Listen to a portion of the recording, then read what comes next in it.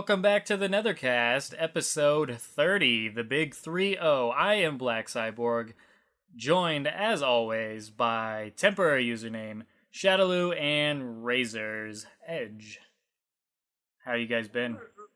We're old now! Yes! Hello? My Zimmer! Where is it? Margaret? I don't like hearing the number 30. It makes me uncomfortable. But, yeah, so that's the thing. We hit the 3-0, and, yeah, MKX and stuff. Stop saying it. Damn it. All right. Reminds me of my aching knees, and it's not fun. Reminds me of my chronic Alzheimer's.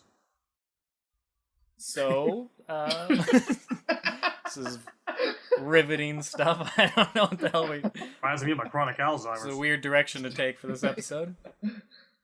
But then again, what is it not? Did I mention my chronic Alzheimer's? Do you remember that you mentioned right, chronic Alzheimer's? The joke has now worn itself thin. I'll stop. All right, well, Temp's going to essentially take us through this podcast, so we're going to start off talking about the comic, and yeah, you take it, sir. Let's start talking about the comic. Leadership. You're, so when we last left number off, one. When we last left off, Tasia of all people was wearing a sexy new outfit with some sort of chastity codpiece growing device thing going on, which is kind of nice. And Jarek was holding in the world's worst runny shit while wearing armor that was far too tiny for him and squinting hilariously.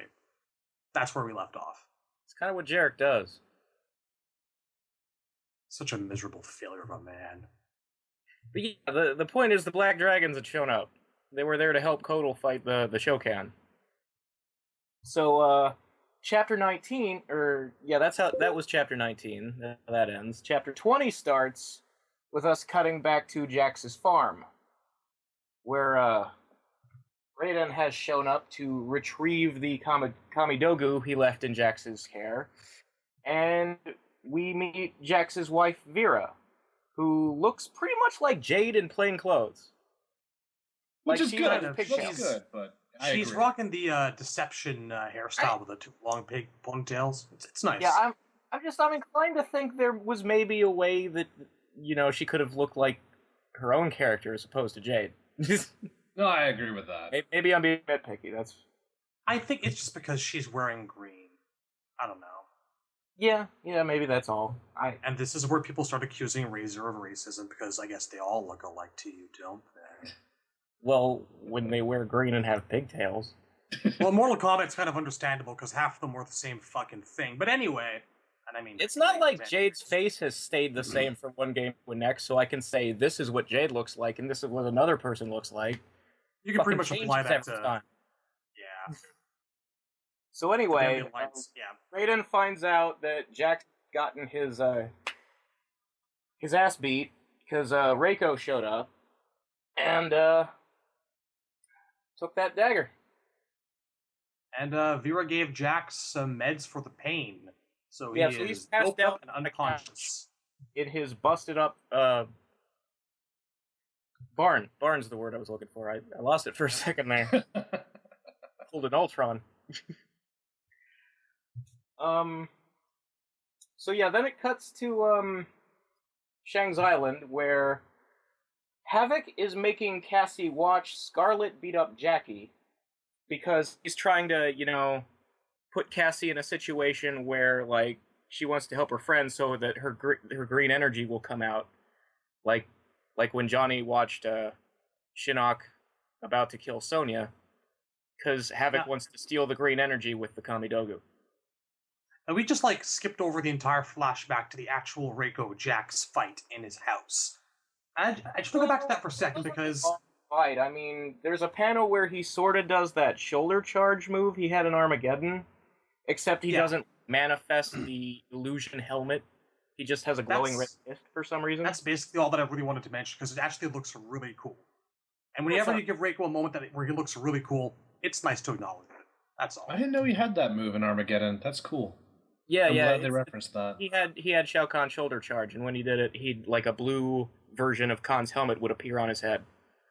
Oh shit!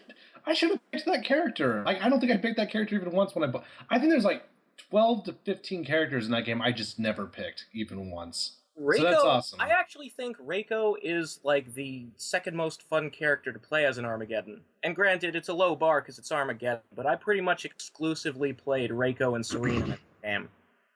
I do recall having a Serena's bit of good fun. choice. Knives. Yeah, that character was ridiculous. Like Reiko didn't just have like he had all of his MK4 moves except that spinning. It's not quite a teleport. Remember where he'd sort of 3D spin around the arena behind you? That was the best teleport in all of MK history, and I miss it. It looked Yeah, great. but that was the one move from MK4 he didn't have, and instead he had the Kahn charge. And he also, like, his throw was the best one, because he'd, like, sort of volleyball spike you up off the ground, and you'd fly up, and then he'd, like, jump up and do, like, the Shaolin soccer kick to you. Dude, I missed out. Yeah. Reiko was good times. But anyway. So yeah, Havoc wants to steal the powers that Cassie doesn't yet know she has.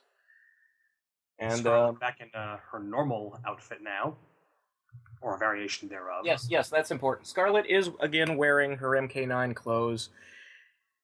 I don't know if Kilson's the one who said this or it's just a fan theory, but what I've heard is that weird circuitry suit she was wearing in the previous issue that we all thought looked dumb. Apparently that's a Red Dragon, like, invisible stealth suit, which she used to steal the dagger without being seen. Which... I consider that an acceptable theory. Yeah, that's an acceptable answer, except, like, okay, so she's a teleporter, and she can shapeshift into a puddle of blood. Did she really need the cloaking device to not be seen stealing something? I think a puddle of blood is kind of conspicuous. It's not subtle, for sure. Well, I mean, if the entire army, including Kotal himself, wasn't even in the castle. They were out on the front lawn fighting Shokans. So nobody's going to notice a puddle of blood, like, slithering down the hallway and under the door.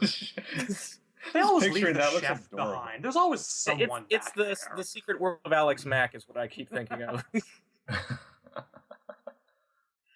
I am dating myself severely with that reference, but I'm sure someone out there has seen that show. I remember its title. I don't remember it at all. It was back when Nickelodeon had that Saturday night programming block Snick. Oh damn! Brings me back. Snick. Fucking Roundhouse. Yeah, but anyway, she was a teenage girl with superpowers, and the one she used the most was turning into a puddle. Wasn't that like what Anyway. one of the Wonder Twins did? Yeah, not important. So whatevs. Yeah. No. Regardless, I think it's silly that Scarlet would need help being a ninja who can teleport and shapeshift, sneaking in and stealing something. I also maybe think it's using her silly blood that powers drains her or something, or it requires a lot of effort. I mean, Yeah, she feeds off of the stuff. if she had run into a fight, Scarlet's power is that blood spills on her, she absorbs it and gets stronger. That's fair. But so you But really want it her was a suit calling that in the covered her cavalry? entire body. Also, why did she wear the red loincloth over top of it? Gotta look sexy. If you say so. It's probably part of her. Can't take it off. It's actually made of blood. Well, why was it over top of the suit instead of underneath? You can't see it, dude. Oh, logic. Underneath, loin guards aren't sexy. There's lines, you know? You can't do that. Alright, I am not, I don't know, outworld fashion. Be like the If it worst was panty stuck- lines ever. If it was stuck inside, then he'd be like, why is Scarlet stuffing a sock down her trousers? What's going on there? Huh? Oh. Again, shapeshifter. You can have that if she wants to. I'm not going to question it. I'm going to question her. I'm not going to question it. I would question Scarlet's penis before Scarlet's actual stealth outfit. Just saying. Just saying. Anyhow. So then we're back to Kotal and the Black Dragons fighting Kintaro in the Shokan.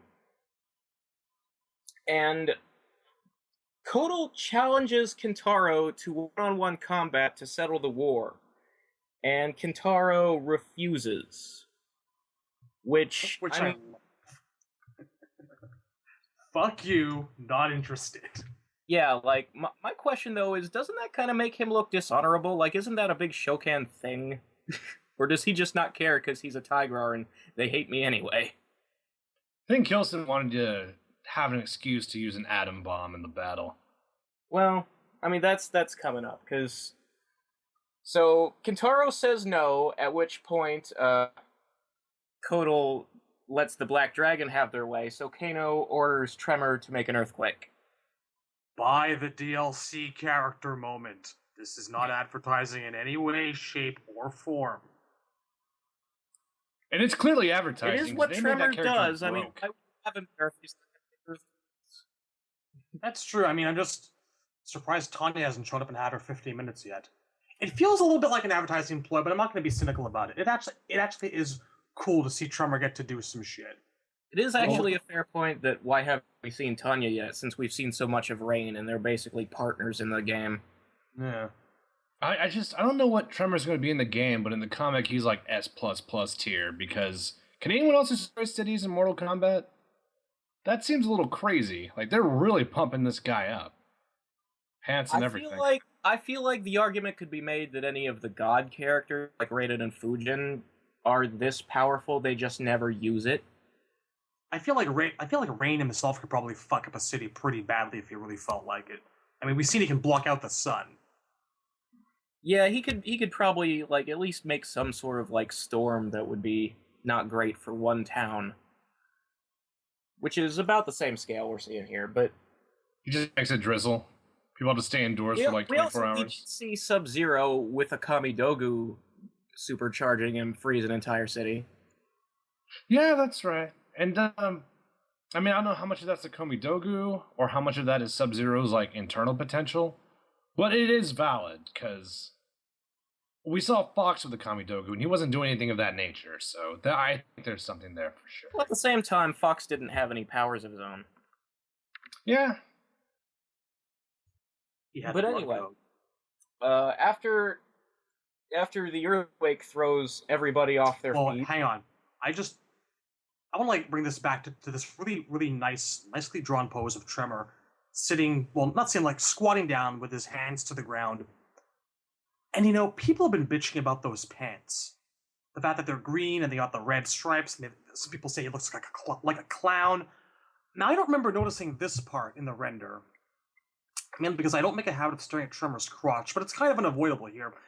He is wearing this gold cod piece, and I swear to God it looks terrible. I hope it does not look like that in the game.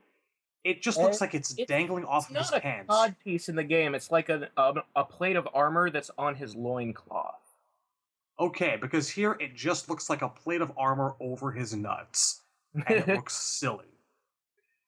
I'm going to get the comic back out, just so I can see this. If you want to complain about something, I suggest you shift your eyes away from the pants groinward for this one panel, at least. Nah, I'm doing it. I think it's the second issue, right? It'd be the second one. See that, right? It's we're still on chapter 20. Oh, yeah, that is a very good point. That would definitely make it the first issue then. We are digital here. Let's see. You guys can talk while I'm looking for the cod piece. So everybody falls down because of the earthquake, which makes me impressive. You said you were, like, wondering about the scale of the earthquake and is anybody that powerful? I mean, all it did was, I mean, it's drawn that rocks are shooting up out of the ground and everything, but it's really just kind of a very large ground pound when you think of it that way. Well, he's taken down, like, it looks like, what, a couple hundred members of the Shokan army, a whole NetherRealm giant dude. Like, very large. Yeah. I'm just saying it, like, didn't open up the earth and swallow everybody like Moses or something. Note to self. Tremor below Moses in terms of tier level.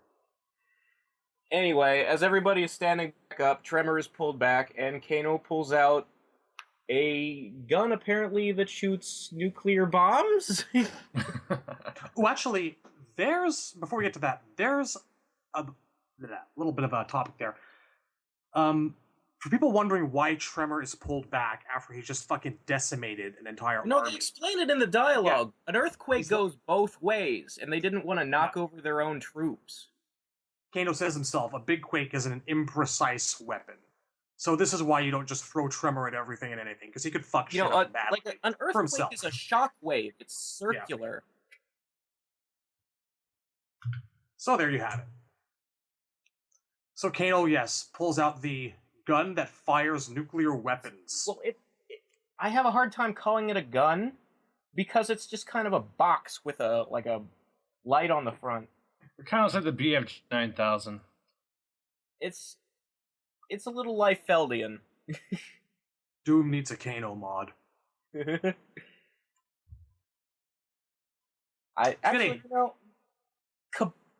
Cable's guns in Liefeld's old X-Force drawings actually were, they were poorly drawn, but they were at least shaped like guns. This really is, Kano is like holding a big rectangle with like a slot shape in the front, like it shoots discs. Copies of the Immortals' seminal 1993 Mortal Kombat techno album, perhaps, as he uses his might. So, never. Memories. The world is at his feet. Literally, Tremor fucked them all up.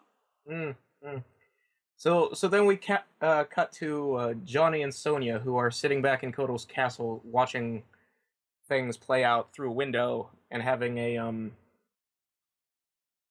chat where Sonya's not being a bitch for once. Let's put it that way. It's nice. It's a sweet moment. Rare, it's pleasant moment. for She's sure. an actual human being.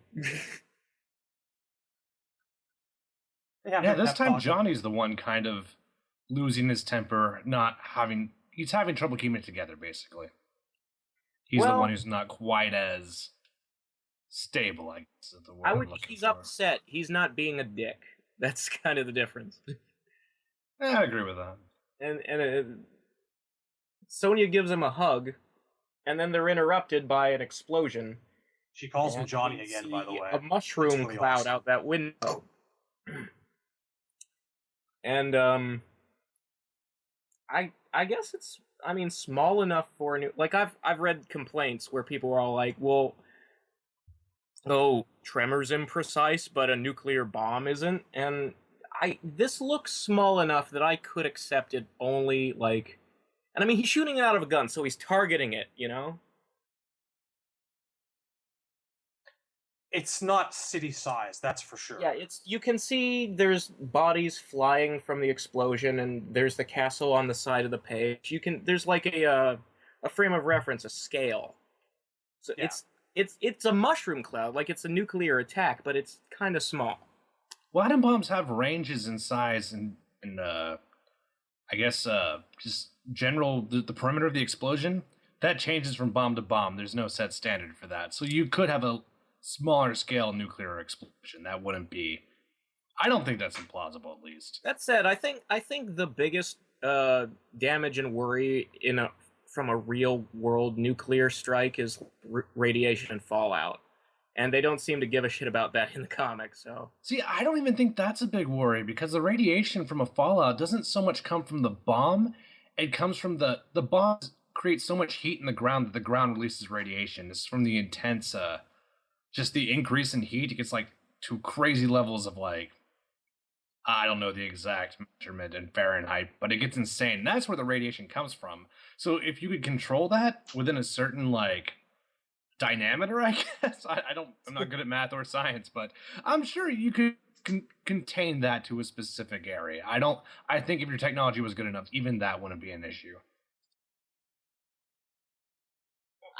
I don't know. I'm just saying, like, I read a lot of complaints online where people were sort of talking about the nuke and wondering why it did more damage than it did, considering it's a nuke. And it's a reasonable size in the art, so.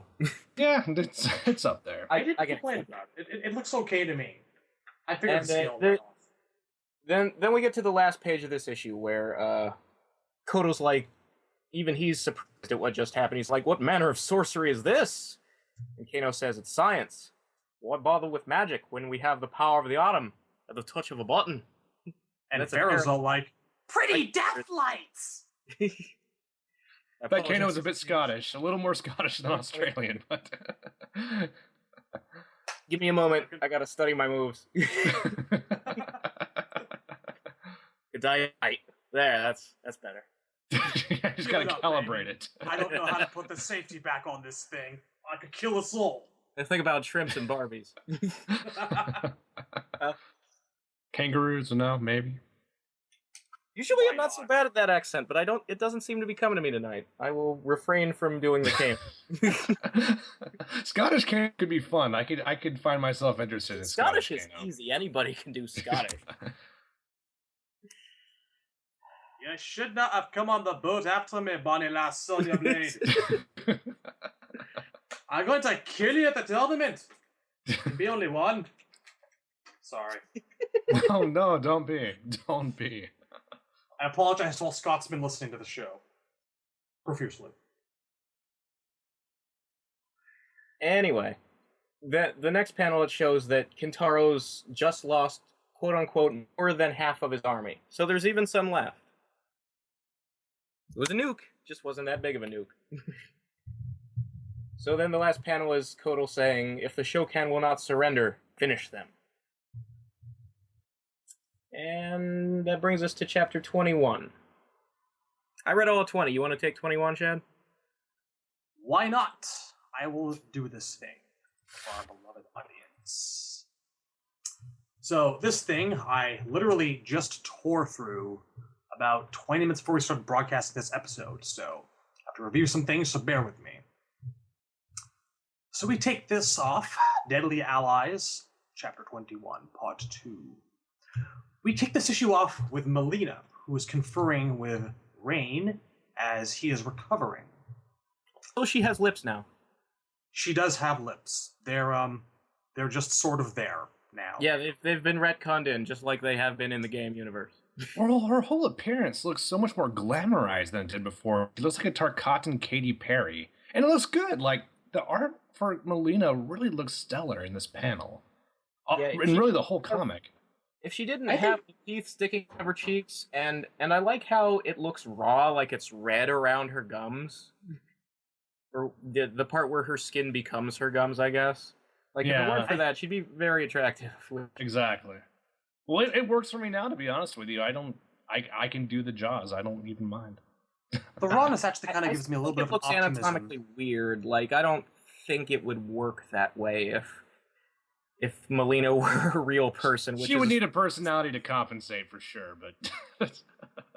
The rawness actually kind of gives me a little bit of an optimism that it just looks like they're intending it to be kind of a work in progress, something that she actually has done to herself. Maybe we'll get an explanation for it somewhere down the line. I'm not hopeful, but I'm trying to be optimistic. I'm sure they're never going to explain it. It's just... They want us to pretend that Mileena always had lips, I think. No, if Shadaloo's right, that would be really nice for the next game if she doesn't have the crazy teeth anymore. Like, that... I would like to see something like that, although she's kind of sort of dead. She'd... first she has to come back from the grave. Then she can look at the face. Dissent on that. Mileena without her teeth isn't Mileena to me. Then it's just Kitana, but angry. Yeah, you see, Kitana's already angry. That's it. I'm actually okay with it. As a matter of fact, let's go further. Let's give Baraka a normal face. I'm all right with that, too. Let's give him No. Let's give Baraka a hat. You will die. Giving Baraka a face would mean having him in another game, and I'm not ready for that. Touche. That's a bit harsh. I need some space and time. I need to meet at least one Tarkatan who doesn't look the exact same as him. Then maybe I'll be ready to have him back. Let's give him a I'm just impressed that they actually finally decided to give him a rest. I was hoping for that, and I'm looking forward to when he comes back, but I agree it doesn't have to be the very next game. Different Tarkatans would be cool. Anyhow, so we got Mileena sitting here at Rain's bedside. He's all wrapped in bandages, and he's listening. And she's saying, the Shokan, and they've torn the city apart, and they're under Katara, they'll never surrender, Kahn will be dead, and she'll be restored to the throne. And then she's like, all the sacrifices we've made in this war will actually be worth it. And I find this whole scene kind of really interesting because she actually seems to have kind of a good bedside manner and a good chemistry with Rain. As he actually does seem to be loyal to her, and we're going to get a little bit more of that in just a second. So they're interrupted, and it's, if you couldn't tell by the black and green speech bubble, it's Ermac, who has just floated into the room, hasn't used the door apparently, and he's got urgent news from Zunkara. He tells her that... Is the urgent news why he's on her side all of a sudden? Because I'm pretty sure he betrayed her the same time Kotal did. This is not covered. No. At this point, he's still on her side. Well, this is an error. Yes, it is. A lot of people are just outright dismissing this entire comic as non-canon, and I can't say that I entirely blame them, but there have been some serious... There's at this point actually too much stuff that doesn't match up. And really, this is what happens when you just write from a script. But at the same time, I can't say I'm that upset about it, because while the comic has been good, it's also taken some liberties with characters and concepts from the lore that I feel like if I were the writer of the next game, I would not want to be constrained to, like, the idea that the Kamidogu are daggers now, and that apparently Shujinko's quest never happened at all. Well, I like it, to be honest with you. I didn't ever want the comic and the game to align. I like the idea the comic's its own thing. I feel like you're taking a huge risk when you leave it to another medium to flesh it out. The idea of the comic as its own thing, if it wasn't behaving like a tie-in. Like, if the comic had started at the tournament and told its own story from very, like, day one, that would be interesting to me. Like, this feels like sort of the worst of both worlds. Yeah, I agree. Well, here's the thing. Like, I don't like the idea of using a secondary outside medium to explain your bread and butter game. I wish the game could explain it to me. Why does the game need an auxiliary medium to help? Yeah, but at the same time, that's sort of what bothers me about the comic is the game does explain everything the game uses, except for what the Raiko Accord is. Which, I guess, is what the book is for, but the book is doing a lot more than that, and those parts are the ones that don't match up. I mean, they could say Ermac's a spy, but that doesn't even work, because Ermac basically told Mileena to fuck herself in the game. Yeah, he said it to her face. Unambiguously. It's a bitter pill to swallow, because, I mean, I was saying it from day one. Tie-in products are a dangerous, dangerous thing, and they're almost always never referenced by the source of material, by the source material. But it stings because I like the stories that they're telling here, even if they don't sync up with the game. A good writer, like, I like this story, it just doesn't line up. And there's things that I want to line up. For example, I really like the characterization of Mileena.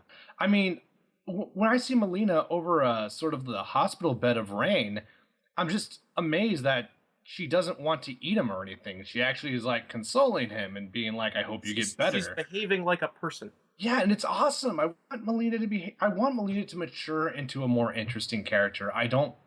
This is kind of what I was talking about earlier, although I was mostly joking. I want a less ravenous, more mature, civil Mileena. And I think the idea is that as she gets older, as she gets further away from her conception as a clone, she does become something like that. And I'm kind of sad she's dead now, so... I would like to see that too. I just don't want to lose it. We've kind of covered this before, where we're talking about, like, how Kotal and Devora are better characters in the comic than they are in the game. Exactly. Well, maybe they'll take some pointers from this, and they'll learn, because, the guys at NetherRealm, they have a tendency of following what it is we like and we don't like, and trying, you take yourself, MKX's story mode is kind of an apology for MK9's in certain respects. So maybe they'll see, like, all the positive input that this comic is getting, because it is, as far as I can tell, pretty popular.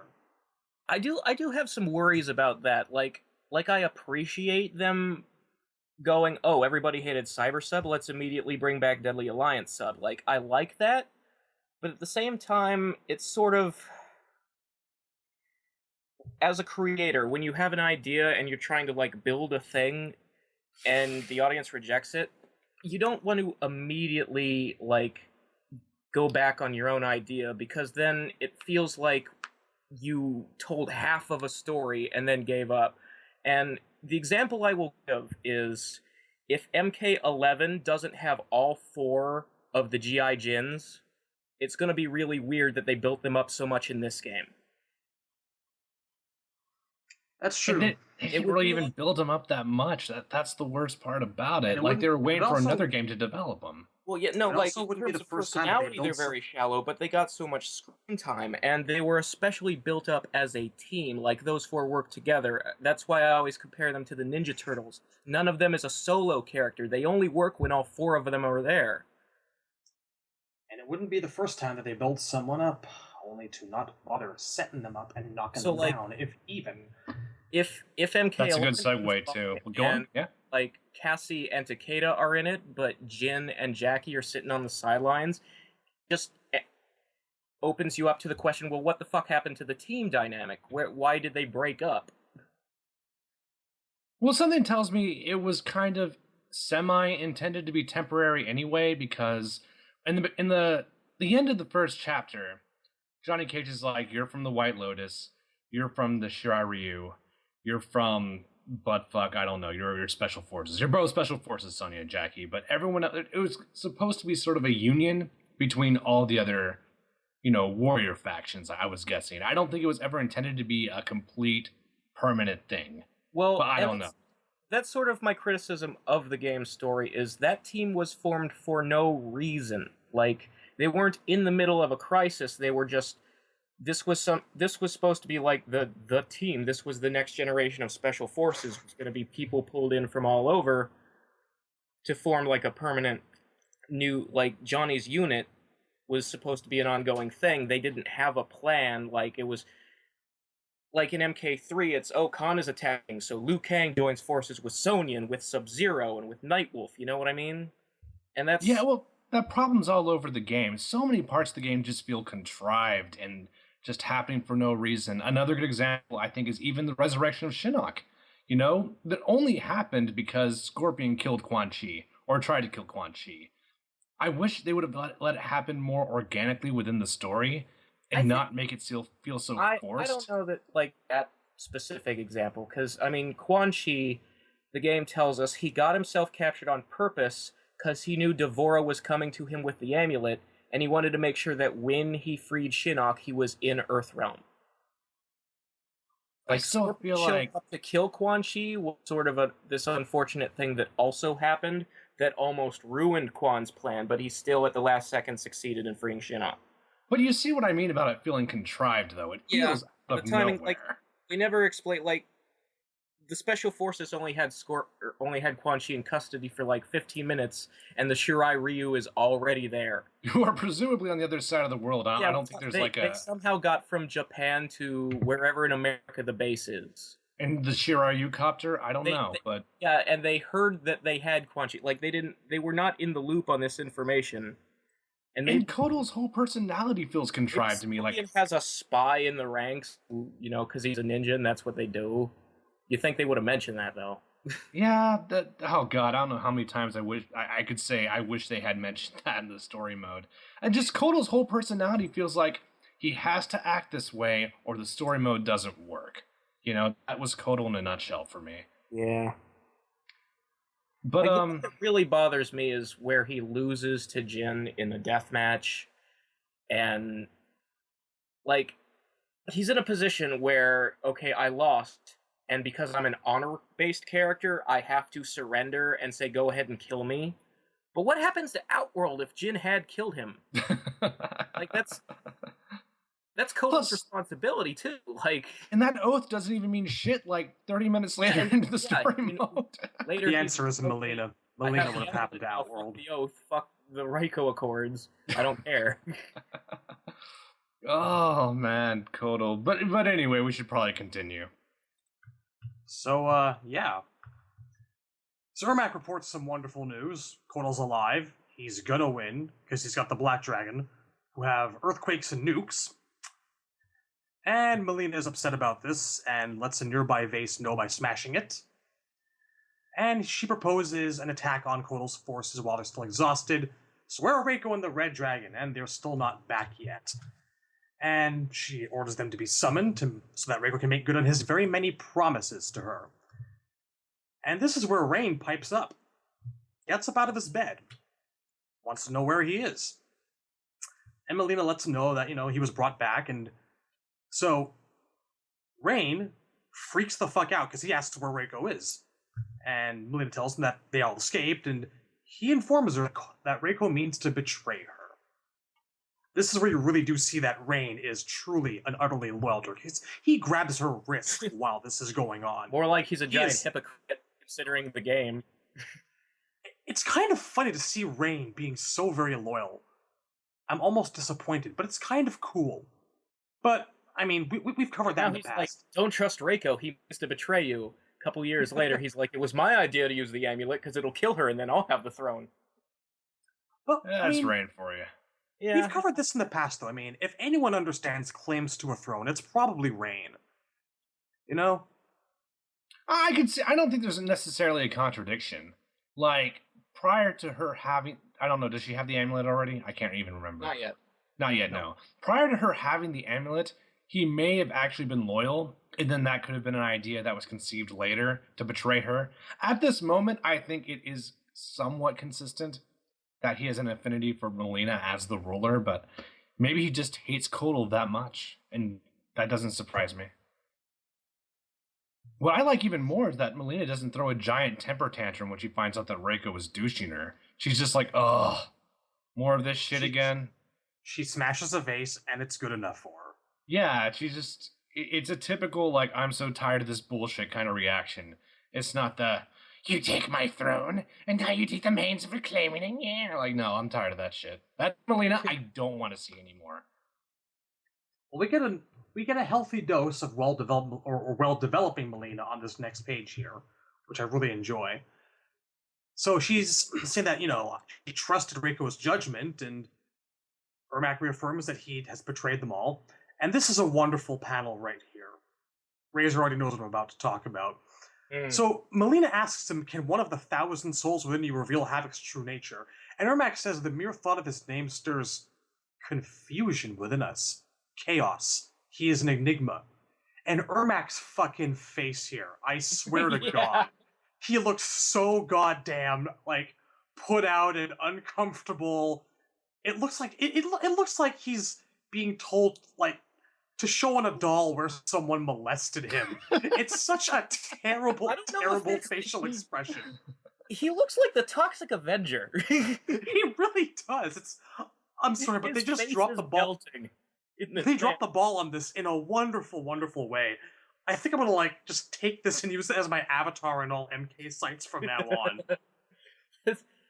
That would be a great avatar for MKO, because every time I even look at that board, that's my reaction. I make that face. That's going to be the reaction shot from now on. It's decided. I'm going to start spreading it like a virus. All right, so, and this next panel is the Mileena payoff, because she's like, first Kotal, now Reiko. This is why everyone calls me paranoid. And she's just got her freaking hand up on her forehead. You can see that she's tired of this shit. Rubbing her forehead like, oh god, I'm so tired. I love this it. Is it. This is awesome. Yeah. You'd expect her to be throwing people and Rain in his whole bed out the window by now. But no, she's just fucking fed up with this shit. And it's really cool to see.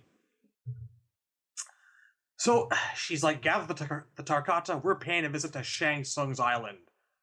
And that they do. So we leave them off as they're heading there.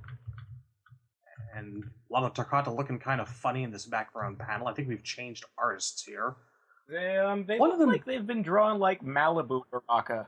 Pretty much. And one of them in the background has some serious devil horns going on. Yeah, he's the only guy who looks at all different from the rest. Taking some serious liberties here. And there's a guy all the way off to the right with a giant shield that's as huge as his arm that's apparently just strapped to his wrist. It's kind of impressive. Anyhow. So we cut back to the aftermath of the battlefield, where Kotal has his paddle up to the back of Kintaro's neck. And he's slowly sawing his way through just a little bit. And he's asking him to surrender because his uprising's over. And Kintaro refuses. And he asks Kotal to grant him the dignity that he denied Goro. Brace for epic, because Kotal lifts up the paddle and puts it away. Which understandably pisses the furry cat man off. And he's like, why do you insist on denigrating? And he explains that the Shokan were not his enemy until Goro contracted with Reiko and Mileena. He's always admired the strength of his people, the Shokan. And this is, Kotal is such a fucking public speaker in this series, and I love it. Gets up on a rock and he's like, hear me! Mileena and Reiko are enemies that we share. Why should we kill each other for the good of our common foe? Let's join forces and kill him together. And he turns his hand toward Kintaro and says, I will never command you to surrender. I only ask that you fight. And never have I seen a phrase so, appropriate to winning over a Shokan's heart or loyalty, because he takes his hand. So there's your alliance. Kintaro makes the right choice, and, the entire court is now, both sides of them just screaming, Shora, Kotal, and everyone is happy, which is kind of amazing. So now, post-battle. Can I just mention, Yes. Great scene. I love the way this all turned out. Unfortunately, the game Yeah. completely contradictory. The game, Goro's bio and ending both said that the Shokan refused to fight for either side in the Kotal-Mileena conflict and were banished as a result. And, this is not what happens in the comics. So again, another a huge example of how this shit just doesn't line up. Maybe it'll lead towards something, but at this point, even I have to say I'm guessing not. Ugh. I think at this point we just have to accept this as good as it is. Unfortunately, it's not canon, and I mean, Boon and Kittleson can say it is, but I appreciate his attempts on Twitter to come up with excuses when something doesn't match up, but let's be honest, some of them are kind of bad. Like that time where he said that the reason he called Scorpion's family Kana and Jubei was those were pet names. I'm sorry, that's not how that works. At this point, we all need to step up and go, this is a group hug. We understand. We know it's non-canon. Stop trying to explain. We don't care. Just keep writing because it's fun. Yeah, my heart goes out to Kittleson. I don't think it's his fault. Like I said, I think when they gave him a script, it was draft obviously didn't give him 2. I don't think they gave him the DLC stuff or because to this day I don't think that they gave him anything but the script to story mode. I think that was literally all he had to work with. His artists didn't get any art reference because that's why Fujin is wearing his Armageddon outfit instead of his MKX one and stuff like that. I don't even think he had the story script. I think they gave him a draft that was written in January 2014. And maybe he's working off of that. I don't know. I don't know what happened. When this got greenlighted, I don't know how much was done. So I don't even think he had the final script. I mean, I doubt it. I don't think he would be like, oh, fuck consistency. I'm going to write my own story. I really don't think that's what happened. There's also, there's a pro argument and a con argument to the idea of telling a writer, here's what you need to know. Now you're free to do whatever you want in between the lines, because if he'd had a contact at NetherRealm and was all look, I want to do this with the Kamidogu, someone there could have been all well, we have a stage with art on the wall depicting the squares and circles from Deception, so you can't make them daggers. That doesn't seem so hard, but I don't know. Yeah, I don't think there was any interaction between the two. I think he played the game and was like, oh shit, and that's when they corrected Mileena. That's when they corrected what else ever if they corrected anything else at that point. Yeah, I think that these next couple of issues we're going to start seeing a lot more similarities to game design and whatnot. Definitely. Yeah, now that the game's actually out, yeah. It's just a shame that there's all these little errors in the before. You know what? I mean, I don't think it's doing any worse of a botched job on continuity than like MK9 did on continuity. No, I mean, it's already, this universe is already the throwaway one, so they can do whatever they want, as far as I'm concerned. And I feel the same way, and I really like what I'm seeing here. I mean, I used to be...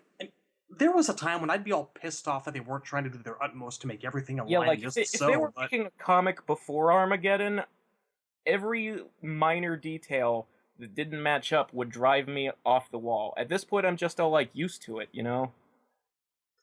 Pretty well. I just want a good story. I don't think I particularly care if it's canon. That, to note, is the dividing line between this comic and Shaolin monks. Anyhow. So we're gonna cut back to the battle, well, after the fact. So you got Kotal, I think that's Devora over there behind him. Hard to tell. Yeah. Looks like it. Like Kotal, Devora, and Ferritor. Yep. Standing around looking awesome. And the Black Dragon on the other side of the table. Yeah. And Kano's, giving his faux impressed with the bravado and the diplomacy and... hey, but they're gonna rise up again, and he'll be prepared, right? Thanks to your pals, the Black Dragon, eh? I studied all this for you, mate. I love Kotal's reaction. Yeah, sure. Whatever there, buddy. Yeah. And he's already trying to negotiate terms, old Kano is, and I assume they're gonna pay us for the usual gold, and you already know Kotal sees him as full of shit. It's like, so how much do you want? How much do you got? For you? None. You owe me a debt for endangering my strategic alliance with EarthRealm. And Kano tries to pin this on Aaron Black. His scheme, not Kano's. I fired some big fucking guns for you today, Kotal. Dropping the F-bomb again. Nukes don't come cheap. Neither do second chances. I owe you nothing. Oh boy. And here's where Kano drops the ball. And he's like, I guess you don't owe me nothing, especially you don't want this portal stone back. She's a beauty, eh? You'll remember that was lifted from Kotal not so long ago. And Kotal just fucking lets Kano have it in the face. Immediately takes it back from him, gets him in an arm bar. It's not yours to ransom. Breaks his arm. So Tremor tries to step up, and he just goes, release him or I'll bring this whole place. And then he's shot in the shoulder and the arm by a shotgun-wielding Sonya, and Johnny's standing right behind her. Kotal with friends like these. And Kotal takes this opportunity to step on top of Kano's head, and they're not my friends. They owed me a debt, and it's been repaid. Devora, please show Kano and his clan to secure quarters in the dungeon. Kano is understandably salty about this. It's a little bit below the belt. Hope you find your daughter. Be ashamed if a peach like her doesn't make it to legal age. And once again, you've got Johnny being the really pissed off one and Sonya holding him back, reminding him Cassie's a survivor. And Kano walks off with, so am I. Sonya asks if they're going to be executed. And Kotal, ever the diplomat, says that Kano and his crew have got to answer for crimes beyond his empire. He's going to turn them over to the proper authority, the Special Forces. Sonya answers diplomacy with diplomacy and addresses him as Emperor. And they agree to combine forces. They will set sail to Shang Tsung's island. And he specifies that Reiko and the Red Dragon are deadly allies. To defeat them requires an alliance of their own, riffing off that old wonderful Deadly Alliance trope name. And they agree. From here... Oh, you're going to say something? No, I was just amused by the comparing the phrase "deadly allies" and "deadly alliance." They're never going to stop having fun with that. They really like that term. It's been going on since MK9, and as long as they don't beat into the ground too bad. The turn of phrase is usually "we must stop this deadly alliance" or "no one can stop this deadly alliance." Deadly allies, an alliance of our own. Nudge, nudge, wink, wink. And for the final scene here, we flash over to Kang Temple in the Hainan province of China, where we've got a huge statue of the deceased Liu Kang. Scorpion and Takeda are here. Hanzo, I should say, rather. And Takeda asks if Hanzo ever fought Liu Kang. Yes, during his first tournament. Who won? It was not a traditional match. You lost? Hanzo's just giving him the side eye. I love it. It's wonderful. Yeah. I'm not sure what he meant by that either. It looked like a pretty traditional match to me. It was a 2-on-1. It was bullshit. Remember when she was in there? One of the biggest fucking... Well, not the biggest. There are so many... There are so many things in MK9 that drive me up the fucking wall, but Shang making handicap matches and nobody going, hey, that's... What are you doing? The whole reason Raiden is there, his job is to make him not cheat. It's like the entire plot of the movie. You know what? Well, Scorpion pulled this shit before, though. When he said, like, you lost to Sub-Zero, he was like, well, technically, the match was interrupted. I'm like, yeah, I mean, that's not fucking really. He keeps making excuses for, like, matches in the tournament. It's kind of awesome. Is such a scrub. He's a sore loser. It's cool. It's the most scrubby shit I've ever heard from a character. What's up? I'm actually, you know what? I'm going to be a bit lenient on the fuckery involving the 2-on-1 matches, because I feel like those are actually kind of their attempt to explain in the presence of endurance matches in MK1. Some things don't need explaining, and I agree. I can agree with that on a certain level. It's just that the two examples they used, one of them had fucking Quan Chi in it, who shouldn't have been there at all. And the other involved Sector and Cyrax being eliminated, and then Cyrax gets to have another match later. And that just... I hate... Understandable. Alright, so after Scorpion refusing again to acknowledge a loss, we're greeted by a very old, very familiar, and very stupid face. Master Asashi, is that you? Master Shujinko. Yes, folks, the man, the myth, the legend Shujinko is alive and well and teaching at Liu Kang's temple, apparently. And he welcomes them. He understands that they've come at Lord Raiden's request. Unfortunately, as he says, they cannot give them the Kamidogu of Chaos housed at this temple as they requested. And why is that? Hanzo asks. The Kamidogu are corrupted, Shujinko. A mere student possessed by one massacred our clan and nearly finished me. Imagine if that power fell into the wrong hands. Exactly why I cannot give you the dagger we hold. The Kamidogu have already fallen into the wrong hands. Raiden's. You cannot trust him. I did not believe it myself until I was offered proof. By this humble cleric, please meet Havoc. For fuck's sake, Shujinko. Oh my god.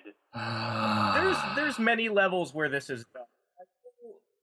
The funniest thing to me is Havoc walks in wearing, like, he's somehow grafted somebody's face over his bones so that he looks almost human. Except for the gigantic, unwavering grimace and hateful, baleful stare in his eyes. And the fact that the fake skin is kind of dangling off his chin like it's obviously ripped. There are so many reasons why I'm so angry at Shujinko falling for any of this. Well, there's another level where this bothers me, and it's that in the old timeline, Shujinko and Havoc were kind of sort of friends, and Havoc didn't need any disguises because he wasn't, being portrayed as an evil guy, just a crazy guy. I don't know who this hurts more, Havoc or Shujinko. I mean, it's devastating. Plus, this does confirm that Shujinko's quest cannot possibly have ever fucking happened. So, what is his life? I think that he probably, he's already an old man here. And Lord knows how long they've had those Kamidogu for. I like to think that at some point, the quest was called off, or he realized he was being lied to. We've had, neither hide nor hair of, Damashi / Onaga.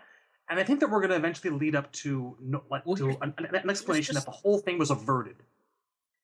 I need to know how, because... Agreed, so do I. Kittleson has sort of, he gave another one of his shallow excuses where he's like, when Raiden changed history, the past changed too somehow. And he never explained how that's possible. because it shouldn't be. Like, a butterfly effect can't travel backwards. Yeah, it's one of those, how is Santa able to give gifts to everyone around the world in 24 hours kind of excuses, you know? It kind of sucks. Pretty well. Raiden started changing history at the first tournament. By that time, Shujinko should already have been to every realm except Edenia and have had 4 of the 6 Kamidogus.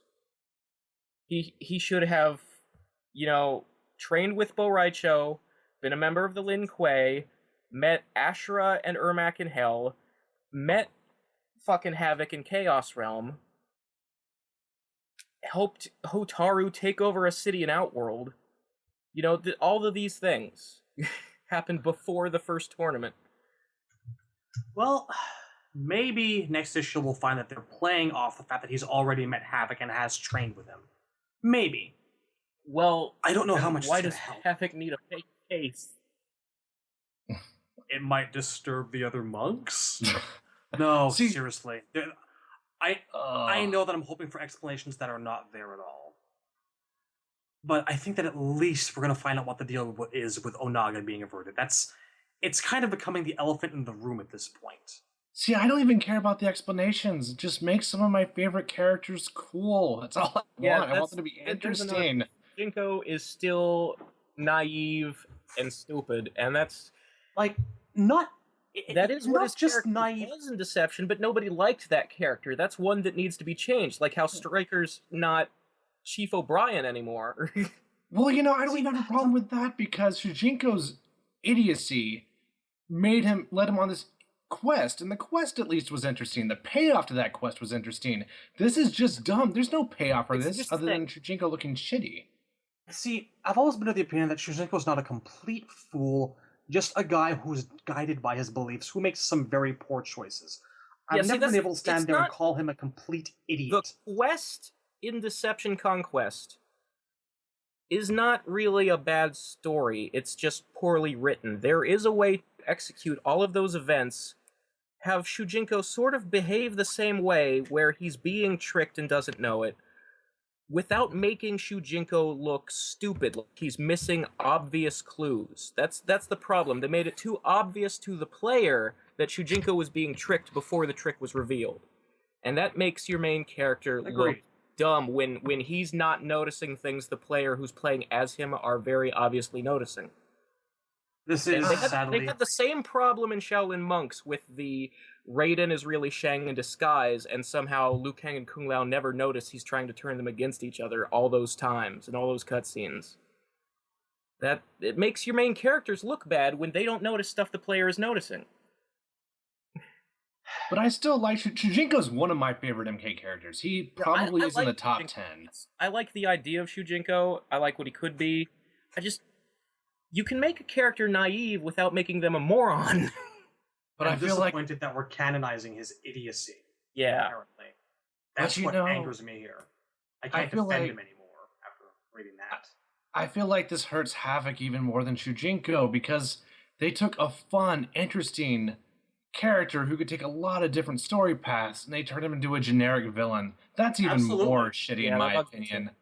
Like, Shujinko can be saved. Havoc, how do you rebound Havoc from this, you know? They took everything I like about Havoc and it's gone. There's another thing about the fake face. Like, the very last panel is Scorpion going, I recognize you. So he sees right through the fucking disguise. And it's important to note that he's saying and he's not actually met Havoc yet. He's saying it in the black and white angry Scorpion font, so the demon is taking control again, whatever that's worth. So, I mean, did Scorpion and Havoc have any kind of interaction in Conquest? I don't think that they did. Not in like the previous games, or really, but like in a previous issue of the comic, Havoc was the one mind controlling Sub-Zero. Scorpion. Okay. So Scorpion probably recognizes the voice that was in the head. All right, that's fair enough. And the slaughter at Fox is okay, I guess. Oh boy. In the flesh. It's just a horrible ending to a very, very good comic. Otherwise, a very good comic. Even with Ermac shit. Honestly, Ermac shit doesn't even bother me. I'm not even mad. But this, when they make characters go against their own characterization, that does bother me. Like, if there's inconsistencies, I'm like, whatever at this point. I'm trying to stay optimistic here. For every character that gets ruined or written poorly, like Havoc, we got a guy like Reiko, who, as far as I'm concerned, is given the best showing he's ever gotten. Kintaro's getting some great exposure. For me, the pros mostly outweigh the cons. I don't even care about the canon anymore. I would agree with that. Here's my issue. The way they're using the Kamidogus and now Shujinko in this comic, even with all these sort of the things we've said about how this comic can't really be canon anymore, I mean, they're still trying, and I have a feeling that when MK11 rolls around, the creators will try to use some of the stuff from the comic. That bothers me because my biggest wish for MK11 is for Onaga to be the boss, to be treated the way Shinnok was in this one, where they finally make him worth something. Well, Great faces, though. Assuming the comic does well enough, and it keeps on doing well enough, maybe we'll get that Injustice tangent that comic went off on, where it actually starts to get going into interesting places, and who knows how long this will keep on, you know? It doesn't have to start and end as a tie-in. We'll see. Look, if Shinnok, or I mean if Shujinko, similar names, if Shujinko were to stick around in the plot of the comic, and we got to see him use his ability to copy other people's powers and mix and match to fight some big battle with some big bad where he looked like a badass fighter, then I'd be down for him showing up in this comic. But if they're just going to use him as this old master who's at this temple and then we're never going to see him again after this story arc, that's not the Shujinko I want to see. I would like Imposter Shinnok to steal Shujinko's power before he earns all the fucking spear and ice blast and teleslam. That would be fun. I wouldn't expect that much out of him, but assuming a fight breaks out, which I can only assume that it probably will next issue, to see Shujinko whip out one or two stolen moves is about what I would expect, reasonably hope for. It'd be nice. Well, here's oh god, that'd be awesome. That'd be so cool. I'm just saying. And wanted some clarification on how exactly when Shujinko steals a move. Because, I mean, for gameplay purposes, once you learn, the spear or the ice ball, you have them forever. But in his ending, he's copying from people he's already met and copied from. So I always wondered if maybe it was supposed to be temporary, like Rogue in the X-Men, and maybe that would stop kind of the way that I the most broken guy in the universe. The energy blasts, the entering into him from the words in his ending. That was pretty much how I saw it. I hope it's not like that, because if we do bring Shujinko back in a gameplay context, I wouldn't want him to be like Imposter Shinnok. I would want him to just have all his moves constructed from everyone else in the game. That's what I would want to see. Yeah, but I mean, there could be a both ways thing, where there are some people he's absorbed from where he sort of concentrated harder than normal on learning that move, so he gets to keep it, whereas I don't know. If he trained with someone as opposed to encountering someone, I think that would make all the difference. Yeah, that's fair. Like more exposure to, say, cryomancy, then he would have that to keep, as opposed to if he's just in a room with someone and he needs a boost, yoink! Now I've got your shit too. But I would just love to see a game, man, where Shujinko launches you with a Kori blade, teleslams you, and then combos into spear. That would just be the coolest shit to me. I would love that, but or do EX moves where he does a teleslam, then goes into Katana's fan as a 2-move EX special. Oh my god, that'd be so. Why do people not want Shujinko in the fucking game? I don't get it. He sounds like the coolest thing ever. Of course, they have combined teleslam with Kenshi's teleflurry, but that would be tight. I mean, just constructing moves from 2 different specials into one, that just sounds like the coolest thing ever. Chain combos that involve that allude to other special moves, that would be so sweet to me, but I don't know. I think Shujinko's the shit. I love that character. Smoke bomb into upside down smoky cut, teleport uppercut for massive ugly damage combo. Oh, that would be tight. Or what if he constructs his special moves based on their friendships? He does a smoke bomb and you land on an ice spike. That would be so badass, man. Oh god, I want this character in a game so bad. NetherRealm, I hope you're hearing this. I really do. I'm ready for him. I miss him. Oh. But anyway, that's my rant. I'm done. Yep. We've been over the Shujinko, the potential of his moves list before in our the top 10 we won in the game episode way back at the beginning. I remember that because I was holding on to that rant for years. Like, I had so much to say about Shujinko, but if you write it on the forums, it's so easy to dismiss because people will read Shujinko and they're done. Yeah. So. Meanwhile, let's put a silver ninja named Chrome into the game because anyway. But I guess that covers the comic. Any other that was thoughts? It for the comic. No, I mean, my closing summary. Fuck it. Don't care that it's canon. I like it. I want more of it. I will keep reading. Yeah, I'd agree with that. Great faces, by the way. Scorpion's face at the end. Ermac's face in the beginning. A lot of good faces. Except for the Toxic Avenger Ermac. Now show us on the doll where the Archmage Sorcerer touched you. You are very uncomfortable by this predicament. It's like he has that face like he just saw the Mass Effect 3 ending. I love it.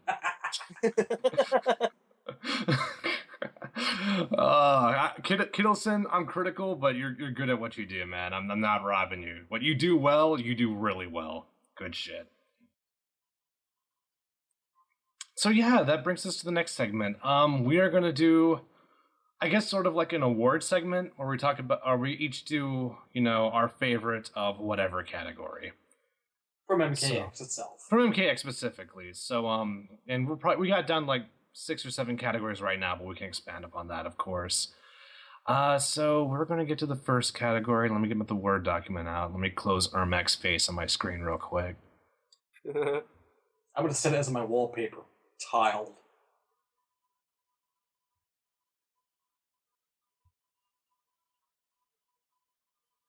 All right, here we go. The first category is Best Primary Costume. Now, before we get started, Cyborg, you there? Yep. Yay. All right, let's get started. We'll start with you, Cyborg. Best primary in the game. What do you think? Best primary in the game. Ooh, there's a lot of good ones, I think. There's definitely a lot of good primaries. Scorpions, even Sub-Zero's grown on me. I wouldn't say it's the best by any means, but man, I'm trying to make sure I don't forget anyone. Kenshi's obviously really good. But honestly, if I'm going are we doing favorites or like personal best, or are we trying to like be unbiased about it, or what are we be thinking? as biased as you can. Okay. Your favorite, I would say, without qualification. Gotcha. Best primary, in my opinion, my personal favorite, I'd say I'd have to go Katana, honestly.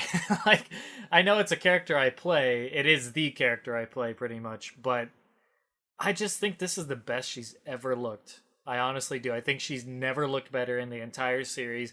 From her hair, like head to toe, basically, she just looks perfect. And a lot of other characters have great primaries, but I think overall she has exactly what I would have wanted from this character. Very Japanese inspired for the first time, which is really, really cool looking. I like it. Okay, yeah, well, I mean, it makes sense that you would pick her if her design was that good, I think they go hand in hand. Yeah, I mean, gameplay aside, it would be tough for me to play a character that I think just looks absolutely awful. I mean, I like the complete package, usually. And I feel she is, in my opinion, in terms, especially, like I said, I've praised her looks since she was first revealed, and it's still there for me. I like the way she looks. Okay. Who's next? That is the question, isn't it? Who's next? Yeah, I'm starting to like that phrase a lot. I think it actually is kind of fitting, just for the theme, not just the game itself, but just like with the ESL stuff. I think it's been really tight, but yeah, what's up, Razor? I actually have to agree with Katana. And the thing is, like, I don't play a lot of characters in their primaries in this game. Like, I'm not really a fan of any of the old age ones. for like Liu Kang and Kung Lao, the guys who that are non-canon. I'm not I don't really like Johnny in the hooded vest, or Sonya's is really boring. Jax's is okay. And like there are a couple of like the new characters, Aaron Black, Kotal Kahn, and Devora, I think have good primaries, but I feel like that's more a discussion of character design in general because those characters are new, so their primaries are who they are. Right. And their alternates don't really matter as much. Whereas like with a returning character, the alternates can matter as much, if not more, to displaying like aspects of who that character is. Yeah. For example, like Sub-Zero, he's only wearing the primary, so he looks like a ninja. His actual costume in the game is his alternate. Right. It's not even an alternate, technically. It never shows up. It has no category. It's just kind of there. Yeah. All the main costumes are actually lies. This is the least important of all the categories. Best alt is the real breadwinner. Yeah. I agree but with as that. far as like the returning characters, I think by a long shot, Kitana looks the best. And it's like Cyborg said, it's because she actually looks like a Japanese ninja for once.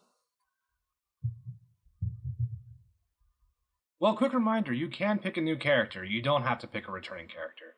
I still stand by my pick. But I'm just, like I said, I don't really want to pick Kotal or Aaron, even though I like theirs. Yeah. I feel like it's a different discussion where I'm coming from when I bring them up. That's fair. And I do like Kitana's better than theirs, honestly, too. All right, Shadowly, what do you Alright. got? So really close. Kitana is probably my second favorite. I agree with everything that you guys just said.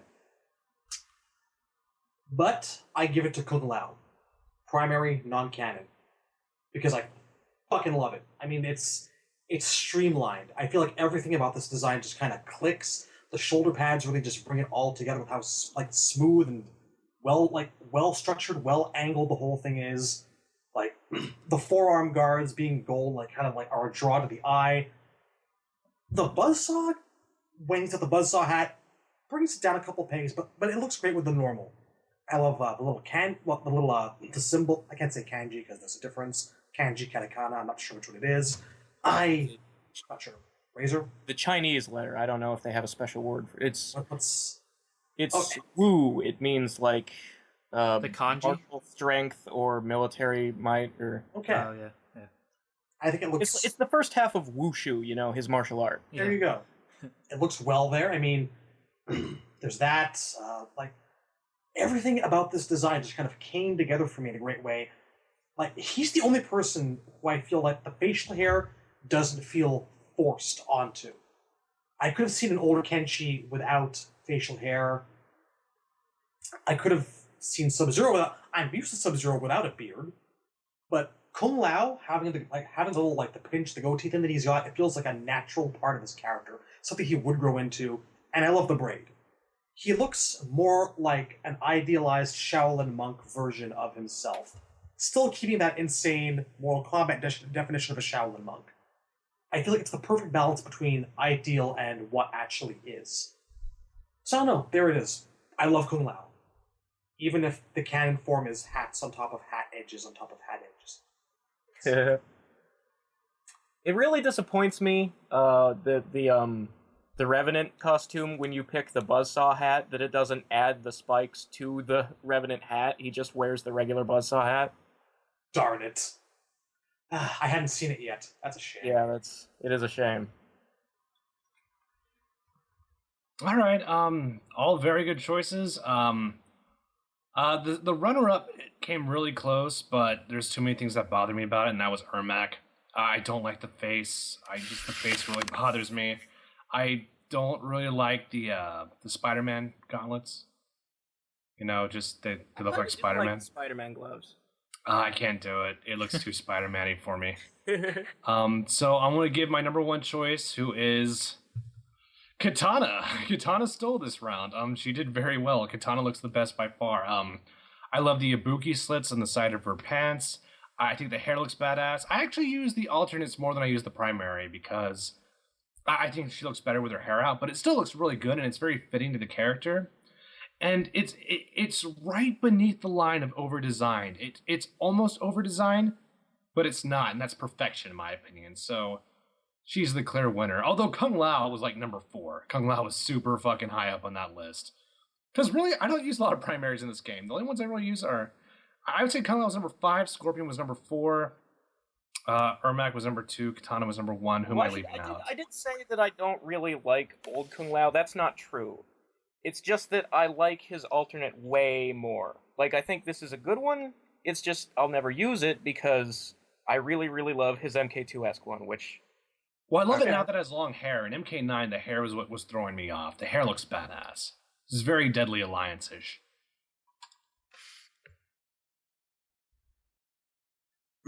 All right, well, that's all of us on the first category. Okay, well, that brings us to our second one, Best Alternates. Now, Katana stole Best Primary. Let's see if anyone steals this one, which I have a feeling may happen. Cyborg, what do you get? Oh, man, that's tough. I think an obvious one that needs... I think the one that you were alluding to would be Sub-Zero, which, yeah, that's an easy favorite. I'm just trying to make sure I don't forget anybody, because they're... I really like Mileena's alternate. Or no. Yeah, I do like her alternate. Which alternate? You were talking about Kahn and Mileena, I like Kano, but her other one isn't that much different, is it? It's kind of different color scheme. It's just different colors and a different head. Yeah, it's like lighter colors with... Okay. But in general, I like Mileena's. I like all of hers, but yeah, I do like her alternate a lot. Trying to think, make sure I don't forget anyone. Katana's alternate's alright. You like it more than I do personally. It's her MK9 one. I like all of her other alternates more than her actual alternate. Or are we including every alternate that's in the game? Or are we just including the first alternate, so to speak? I would say you'd have to include them all because some of the alternates aren't really... Like, Sonya has 2 alternate... Well, no, it's not a good example. Gotcha. Some characters have multiple alternates that aren't really like... For example, Sub-Zero has Revenant. That's in story mode. So does that trump his Grandmaster costume? I don't think so. I wouldn't say it trumps it based on the story mode, but I actually really like Sub-Zero's Revenant quite a bit, especially when you use the alternate color scheme. It'd be a shame to leave some of them out for sure. I just think it looks very superb. It's a tough battle between that and Grandmaster, honestly, between Sub-Zeros. But including them all, just trying to recap all the characters in my mind. And yeah, I'm gonna have to give it to Sub-Zero. I think his damn it, it's between those two still for me. Yeah, I'll give it to his... Actually, I'm gonna go Revenant. I think I do like the Revenant just a tad bit more with that alternate color scheme. Just looks phenomenal in my opinion. I just can't get it. I wish the skin coloring was still normal. I wish you could use that. But I think what sets it apart above the Grandmaster just slightly, I really love just the way the entire outfit is designed in general. Like, that's just my ideal Sub-Zero. I love Grandmaster, don't get me wrong. That was my favorite. But I love the mask on there as well. I like the mask without the hood. I agree. That's why I use almost exclusively Grandmaster for Unbreakable. Yeah. Precisely. Right. Yeah. But yeah, I'll give it to the Revenant Sub-Zero. So that's me. Razor? Yeah, Beard Zero. You know me. That's always been... I talk about it all the time. Whenever I talk about Sub-Zero, I'm like, that fucking costume is the best. I do, like I said, I really like the classic, or not classic, but the tournament Kung Lao. Because it does look so much like it's a better update of his MK2 outfit than the Shell Monks and MK9 one ever was. Because it actually looks like he's wearing like a black thing over top of this. He's got the bit of blue popping out around his like shoulders. Yeah. And I love the way that they sort of made his symbol like this weird belt buckle. But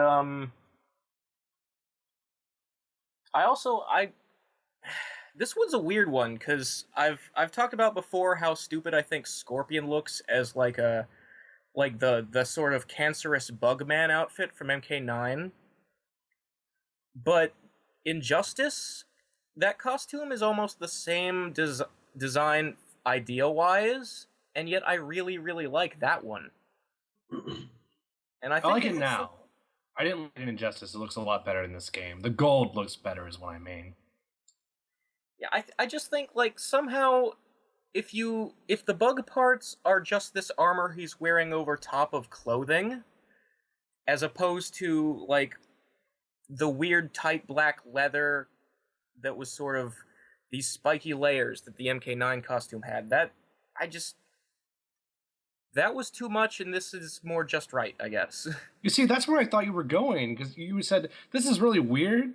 Before Scorpion's alternate, I'm like, he's not going to say Tournament Scorpion. There's no fucking way he's going to say Tournament Scorpion. And then you did it, of course. No, I still hate Tournament / MK9 Scorpion.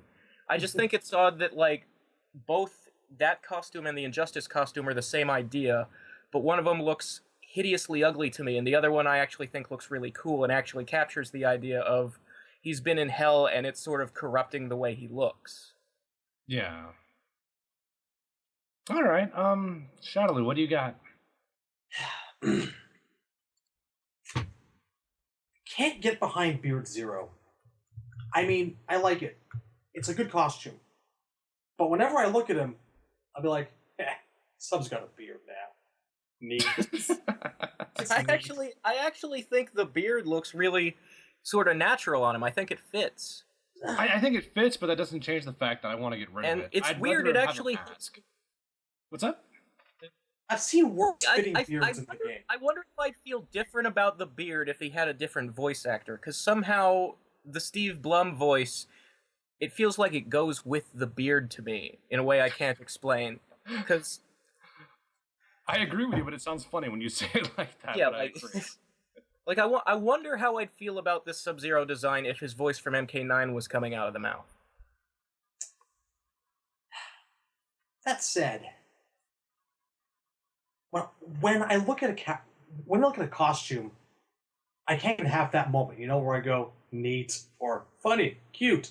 It has to be balls to the wall awesome. It has to make me say to myself, "Fuck yes, this is how this guy looks, and this is how I want him to always look, ideally." And it's the nostalgia talking. I'm aware of that, but I think it's Tournament Raiden for me. It's MK1 Raiden. Looking at that outfit makes me feel like I'm like 12 years old again. I love playing Raiden in this outfit on. I feel like they encapsulated like his stance. He looks imposing in it, even though he really kind of shouldn't. It's back to the simple, not over-designed qualities that I really enjoy in character outfits. Like, this is why I'm a big fan of Abel in Street Fighter. Because it's not like hideous fucking Bugman level, I just look at it and I think, that's Raiden. That's the Raiden that, was my first favorite character before I was introduced to smoke and whatnot, this and that. And I can't help but smile every time I see it. It's wonderful. Close second is actually Reverend Jax for me. I don't think that Jax has ever actually looked more badass than the way he does as a Revenant. Like, we talked about in prior Nethercasts, the fact that the Revenants had, like, one aspect of them kind of corrupted to an extreme, and I love what they did with Jax's metal arms. Yeah, I like Revenant Jax, crawling all over his pecs, and they're good. like the spike sort of growing out of his nipple. Yeah, I wish he wouldn't like smoke stogies in that outfit, but that's a minor quibble. But that aside, yeah, that's my answer. Is MK1 Raiden. All right, and I guess just to comment, I was unprepared for how good that costume was going to look. If they had said bring back MK1 Raiden, I'd have been like, maybe it's DLC, but I don't think so. No, it looked really good. Yeah, it's surprising how good it looks, because I've actually never liked MK1 Raiden's look. I always felt like it was sort of a weird, like, I understand the idea of, sort of the plain beggar's clothes, but, Lambert in the movie does it so much better. MK1 Raiden just kind of looks like Raiden in pajamas. Yeah, they cleaned it up a lot. But all that said, the character who I thought was going to steal this round did not. My pick is going to be Shinnok for his alternate. Actually, I did want to mention Wrathful Shinnok, because that is how Shinnok should look. You know, they finally nailed it. Yeah. Sub-Zero's not even a close second. Like, it's... What's up, Shadowloo? Shinnok, his alt is probably my number 3 or 4. I'd put him around there. They did a wonderful job on him. Oh, God. And especially in the intros, like, when I see him interacting with that outfit on, it just brings me back so much. Like... Oh God, it's perfection. It is. I'm actually maining Shinnok again for real this time, and I am so happy that costume's in the game. I could not love it enough. All right, well that concludes this round. The next category is Best Fatality, and I think we're gonna burn through this one pretty quickly. Probably. I don't think anyone's got really strong feelings on the Best Fatality, but. Start opposite. I need time to think. Okay. All right, I'm gonna go with Reptile's secondary. The first fatality I ever did in arcades, I'm pretty sure was the tongue rip for Reptile in MK2. So that's probably my second favorite fatality of all time. And I just think they nailed it. Okay, and I know people are like, well, he doesn't open his mouth to eat the head; it just disappears. I can block that out. I'm the kind of person who can overlook little visual flaws like that. If someone can't, I understand. I can do it, though, and the concept just sells me so much. All right, Shadowloo, what do you got? Mileena's George Romero zombie fatality takes it for me. No question about it. I've had people actually around me at work while I'm playing this game, and I'm going through, like, towers with Mileena. People are like, oh god, no, and they just walk away. That would be me. It's wonderful. I do it every chance I get, and just to see people peeking around the corner at the screaming that's coming from the television in the break room, it's kind of great. And it's so visceral, it's nasty, and she just doesn't stop. It's batshit crazy Mileena in her finest glowing moment. That's all. All right, that's an acceptable answer. I mean, you guys all know it's not my favorite. I don't do well with that stuff, but it is cool. I can't deny that. Yeah. Razor, what do you I'm not a fan of, like, I just want to say, like, just a reminder, I'm not a fan of the long, drawn-out torture show fatalities, but it has to speak to the character. And if it does, then I'm behind it. And Yeah, there's sort of an element of that one, the way she just keeps going. It's sort of reminiscent of the old Quan Chi leg rip, where the camera would cut out and he'd still be swinging. Doesn't even notice you're crawling away without, like, your legs. She's hungry. She's eating. Fuck you. But like, that's sort of the thing that makes this a hard pick for me, is there are so many fatalities in this game that are just so gross and brutal in a way that, you know, I've never had that reaction since the very first, like, game in the arcades. Like, to feel that again, like, you've got, like, Takeda ripping your rib cage out, shoving it down your throat, and you make this horrible gurgle rattle as you die. Or Kenshi's. Jesus fucking Christ, that puppet show thing. It makes me feel uncomfortable in ways I don't understand, because I have no frame of reference to that. Well, that Kenshi one reminds me of something Freddy does in one of the Nightmare on Elm Street 3 in the hospital. Yeah. Oh, I think I have a vague memory of what you're talking about. Oh, God. And that's still hard to watch. Time did nothing to that death. It's still very difficult for me to watch. Ugh. But I don't know, in terms of favorites, see, there's other elements too. Like, I sort of like the comedy of Cassie's selfie one. I love the Liu Kang second with the anime, the whooshing behind him as he jumps into the air, like the...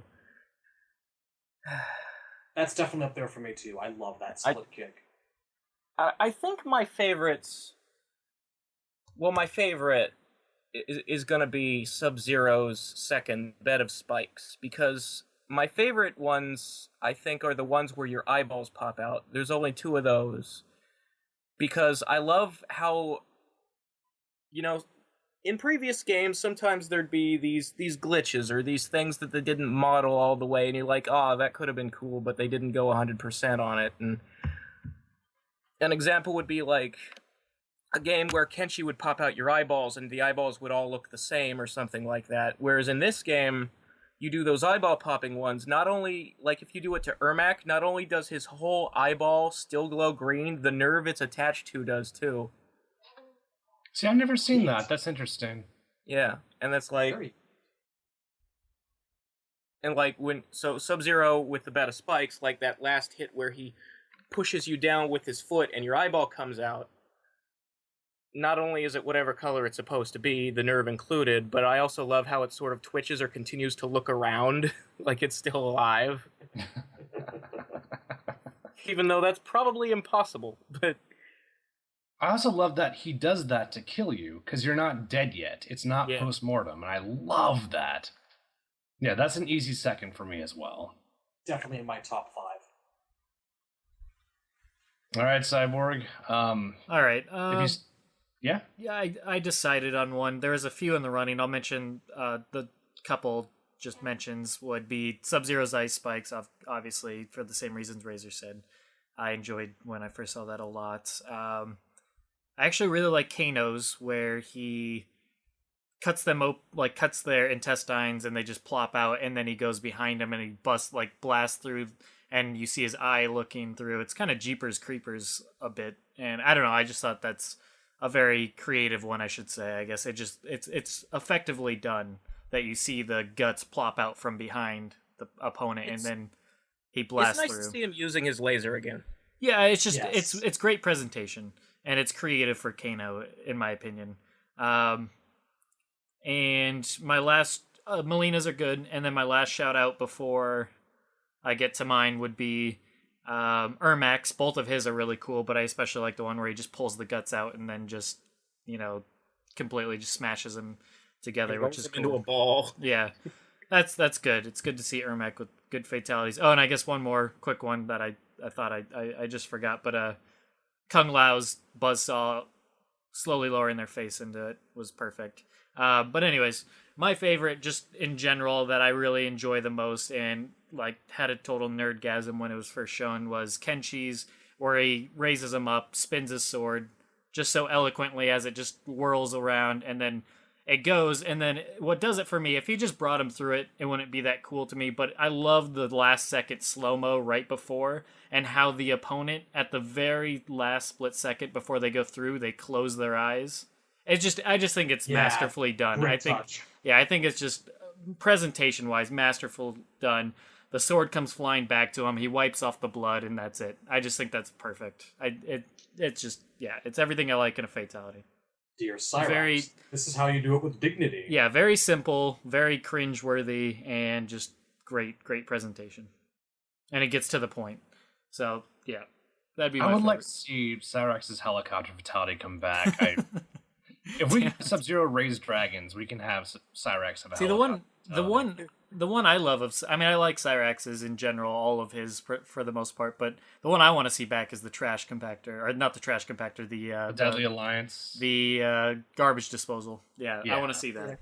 If they ever bring the helicopter back, I actually think that they should probably just have Cyrax set just completely detach and do it itself. Because, I mean, we've seen how his teleport works. He can just split parts of his body up and fly everywhere.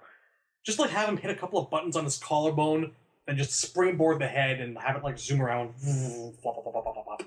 Speaking of just have his head do it, it would be funny if he did a self-destruct where he just took his head off, threw it to the opponent, and just ran away, and the head explodes. I'd like to see, the disassembling of his teleport, where all his limbs come off. I think it'd be funny if, all his limbs popped off and then, attached to the opponent like an Iron Man suit. Yeah. And then, crushed the guy inside. That would be sick. That'd be nice. Yeah. Character not an MKX. That was an idea of a fatality I had, except for it's the opposite. He goes and grabs onto his opponent, each limb, and then just does his teleport and just tears off the limbs. Would be cool. That would be cool, too. It's basically reverse of what you said. That's funny. I almost want the helicopter fatality to be an X-ray instead, where he does like what Raiden does and takes you up into the sky on his copter head and just drops you and then slashes you in 5 different ways, all Speed Racer style. Or goes goes that crazy high and then does his pile driver. Oh God, why is this character not an MKX? All right, so just to recap, Cyrax used to do. Hopefully, like I said, hopefully someone's listening. Hopefully someone's picking up on this. But just to recap, Razor picked Sub-Zero, I picked Reptile, Shalu picked Ferritor, and Cyborg picked Kenshi. Nice. Okay. It's not going away, Shadaloo. It's forever. I dig it. I like that character, though. I don't understand why it's still funny. It's my favorite new people. Ugh. I can't help it. that fatality runs Border Town. Yep, that's awesome. Oh, Mad Matt, Max is so- that needs to be a graveyard shift, by the way. We need to talk about Mad Max. Did everyone see it, or I didn't think you were Yes. seeing it, Temp? Nah, I saw it with my haven't seen brother. it. He came in town. It's the best fucking action movie of the last 20 damn years, as far as I'm It's concerned. good, but yeah, we'll talk about it. We'll definitely talk about it. It's one of those that I definitely want to talk about. All right. Well, I guess if you guys want, I personally think we can skip the best brutality. I don't think that's necessary. I have not seen them all, so. No, I don't think that anyone has, but I can tell you my favorite one to date. I can tell you my favorite one, even though I haven't seen any, like, not any, but I haven't seen a lot of them, most of them. But I can still tell you my favorite one, because I know nothing's going to ever beat it. But go ahead, Shadaloo. I'm going to give this one to my boy Reptile here. It's the tongue flick. I don't know if you guys have seen that one. Because he has this silly little, quick little tongue slap move, back and square. Where, it's just a tongue slap.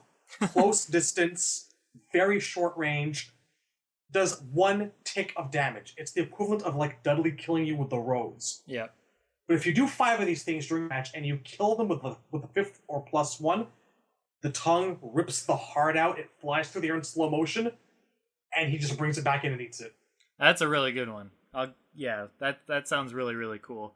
I'll have to look that up. Mine that I was I'm thinking... watching it right now. The one I was thinking of was where Shinnok literally steals his opponent's face, and then it slowly floats over, and it goes over Shinnok's face, and he's looking through the eye holes. Oh my god, that sounds horrifying. Yeah, it's exactly... I We can't get that one to work at all. Like, how are you supposed to kill him with the steel? You have to be mid-range, and you have to lose 1 round.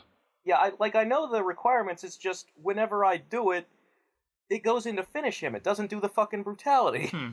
I know you have to be mid-range at least, but I don't do... Also, there's no point in doing that one. You're never going to land a raw imposter steal in the middle of a match. It's just not going to happen. You have to combo into it, and it won't work if you do that, so...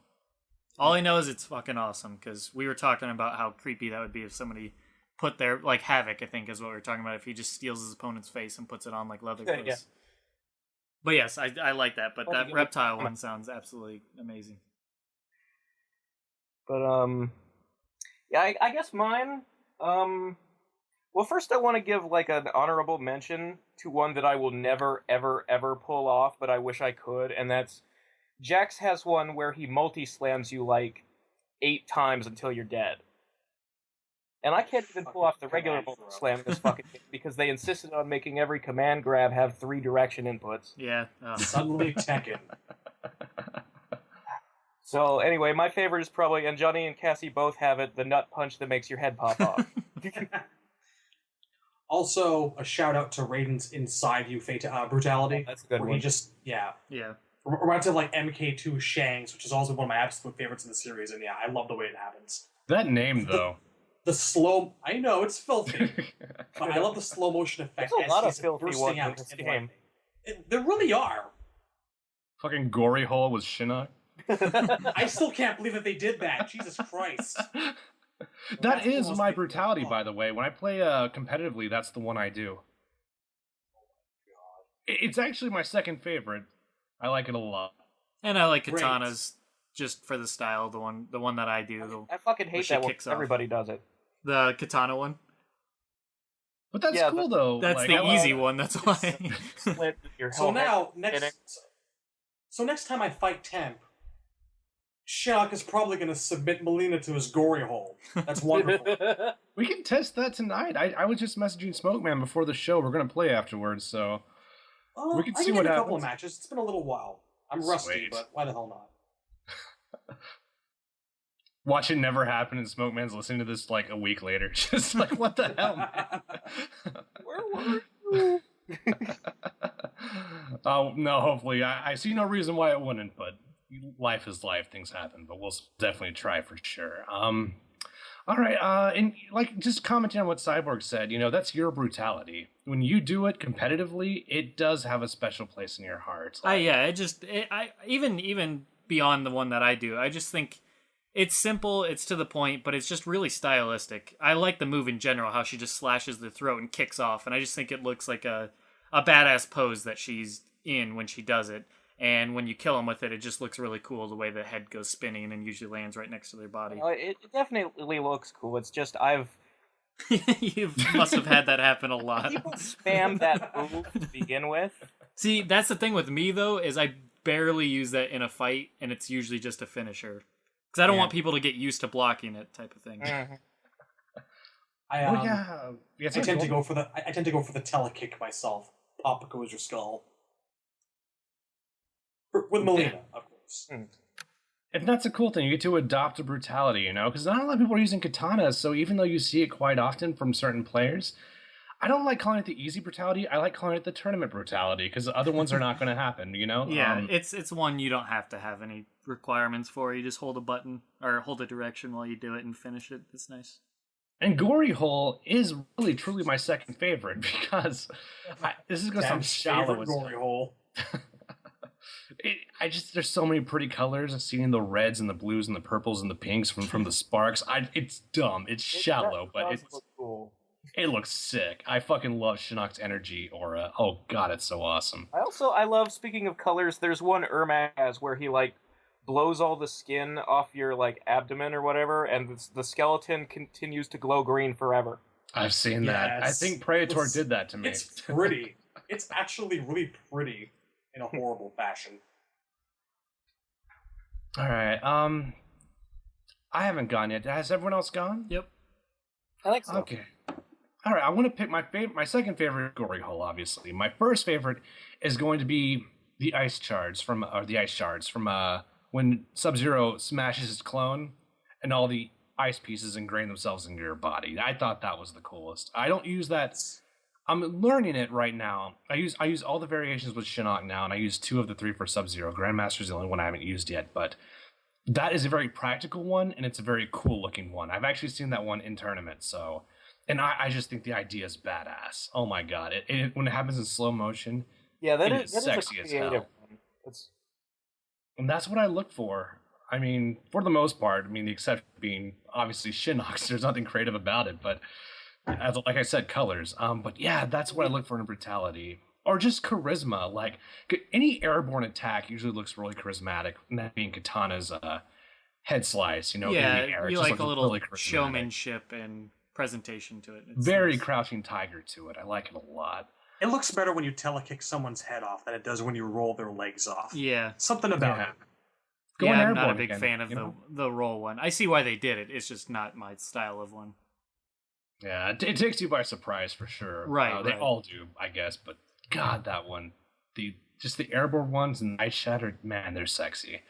All right, that concludes that category. Next category, best ending. None. Katana, not even a question. Katana. Yeah, Katana, sure. I really don't care about any. Yeah, the other ones are kind of dumb. I will go against the grain here, unless you had a different pick, Razor. Well, no, I'm definitely going to say Katana. I was just going to mention that I'm curious to know if Jackie's, where Kotal tricks her into finding the crystal skull from Indiana Jones for some weird reason, isn't going to go anywhere. Damn, I didn't even know that. Yeah. I've never seen that. It's a little bit of a dangling thread there. What? That was a very interesting mystery that just did not resolve. Well, I mean, not resolve, but there wasn't enough to go on there. It's just this weird mystery. I found a skull, and Jackie have it because it's. I feel like I was reading the middle of a choose your own adventure book, and then you found a creepy skull. These ghostly tentacles are coming out of the eye and mouth holes, and it's what does that mean? Turn to page 49 to find out. And I bet it never amounts to anything. It was maybe just a silly reference, because it's well, we've got this South American character. Let's have a reference to the Crystal Skull. Well, you said that all Jerry Seinfeld-ish, but that makes it better. What's the deal with the crystal skull? Why was it so terrible? Two real impressions I can do. One is Jerry Seinfeld, and the other is Jeff Goldblum. You also got Scottish Kano. Scottish Kano, that's true. All right, best ending. I am going to disagree here. I'm going to say Kotal Kahn. That was probably my favorite. I mean, just the nice art one. is really good. The art's amazing, but I like the idea. You know, I wouldn't mind seeing that as a main installment, but yeah, that's my choice. I guess what's that? The one where like Raiden tries to take over Outworld and Kotal is a good guy in a Mortal Kombat tournament. Because, like I said before, I totally had that idea before the game did. Dark Raiden challenging people to Mortal Kombat. Those royalty checks. I'm waiting, Ed. I want my name in the credits. You can patch it in. Oh man, I almost had my name in the credits for Skullgirls, but I forgot to submit my fucking name and email because I actually donated to help the DLC get greenlighted. And shit, I just never got back to him. I got busy and I forgot about it. I'm still kicking myself to this day for that, but I don't regret it at all, though. I'm so glad to see that game doing as well as it's doing. Most improved character. Cyborg, what do you got? Like overall? Just the whole package? Well, like I told y'all before, I would say interpret the categories as you will, because there's no wrong answer, but I would say overall package and maybe story. Maybe a good angle to go, but however you want to. Design, story. Just what character seems better to you? Well, it isn't Kenshi, that's for sure, unfortunately. Damn it. Oh, it's not too late. That's why I don't play the game. He's coming. Kenchi's coming. Patch 2.3. He's sure. On the way. I'm sure. Most improved all around. I mean, gameplay-wise, I'd give it to Sub-Zero hands down. But total package-wise, I'm going to go Katana for my personal reasons and because this is my pick. I got to go Katana for myself because it's a character I've never really taken to and never one that I've cared too much about.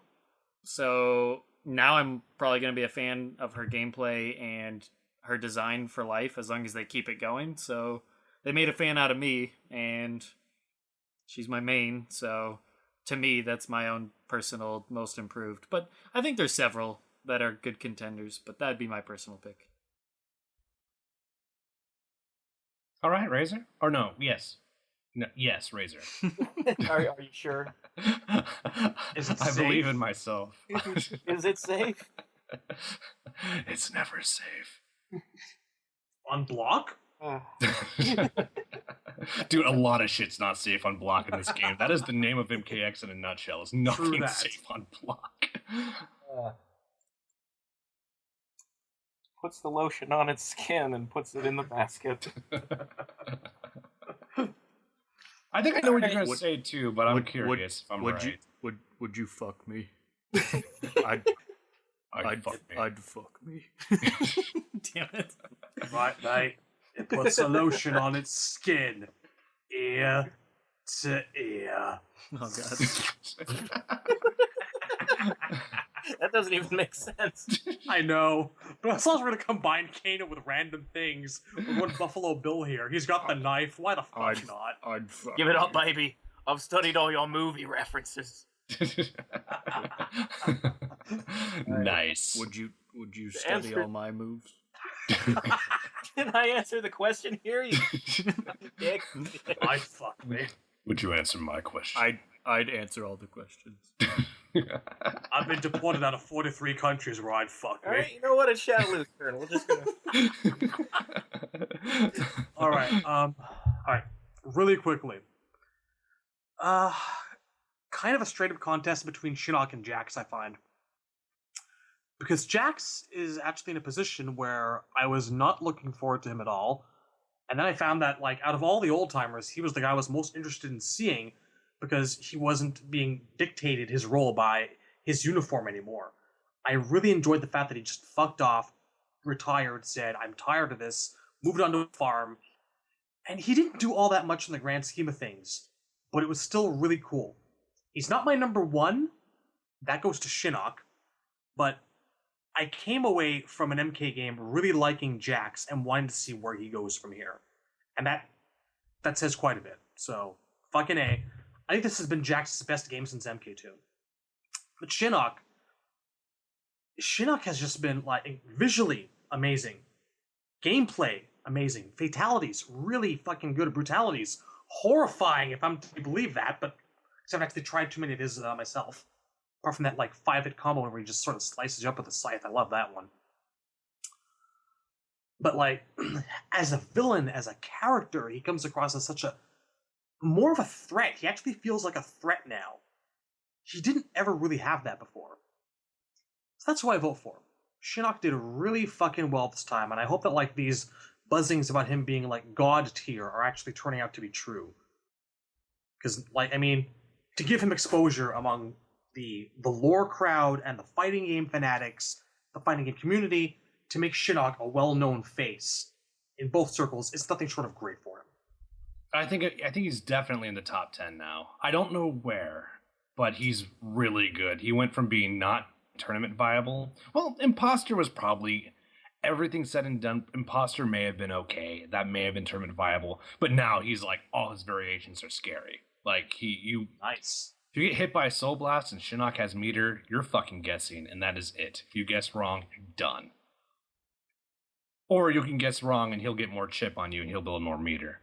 Then you're done. Damn, Temp, you're scared. Did I mention you were done? It's not safe, is it? Especially not on the block. It's very safe.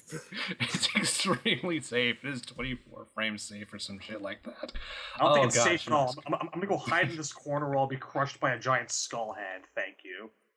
He's really good. He's pretty sexy now. But Razor, what is your choice? Well, Stupid sexy shit. I have to agree with Shinnok because, like, the thing is, like, Shinnok deserves to be as popular and as, like, big a deal as a villain as Shao Kahn, based on, you know, his backstory and the way he was introduced in mythologies. And it's just all of the momentum he could have had never happened because in MK4 he's the shittiest character design. He's got the worst costume, he's got no special moves of his own, he's just as bad as Jarek, really, and that killed it. And I mean, Armageddon already rehabbed him a little bit, but this is the first game to really give him his moment in the sun as, you know, a real end boss, like, to make him worthwhile as a villain. And that's worth a lot to me, but I would also like give honorable mention to Sub-Zero for, you know, the question is who's most improved from their last appearance. He went from his worst showing ever, you know, having his story thrown in the garbage can and turned into a robot for no good reason, straight to being Deadly Alliance Sub-Zero again, which is the best version of the character. And it's a shame that, like, the character development in between, how he got from here to there, we don't really get to see. But I'm just glad we've got the right Sub-Zero back. Excuse me. By the by, on the topic of Sub-Zero, did you guys see that shit from the soccer match that happened today? No, I didn't. Soccer? Yeah, Who soccer. fuck watches soccer? Okay, you're gonna like this. This is why I say, nuts to Brazil, Saudi Arabia needs its own exclusive skins. So, they did this thing, you know, in soccer games where, like, all the fans will dress in specific colors and form out, you know, images or phrases. You know what I'm talking about, right? Sure. Like, you can see, like, you know, from, like, the camera. Yeah. In Saudi Arabia today, as, what are the two teams here? Saudi Arabian club Al Hilal and Persepolis FC of Iran. The entire crowd on one side of the arena was dressed in blue, white, and dark blue. And they formed an image of Sub-fucking-Zero and then switch positions or change colors to form the phrase "finish 'em" for their own team who dressed in blue. That is badass. That is fucking awesome. I will send you a link. Exactly. This is up on shoryuken.com right now. Check this out. It's a recent headline. Yeah, that's pretty awesome. And to touch upon the most improved character, I should say, if I'm being unbiased, hands down it is Shinnok. I'm just saying for my own personal taste. It really is. Because Shinnok came from the very lowest to the very highest he could possibly be. Whereas Katana, for my own personal feelings of the character aside, Katana obviously was never that bad to begin with. Like, that as bad as Shinnok had it, so yeah. I actually can't remember. Were you not a Shinnok fan before?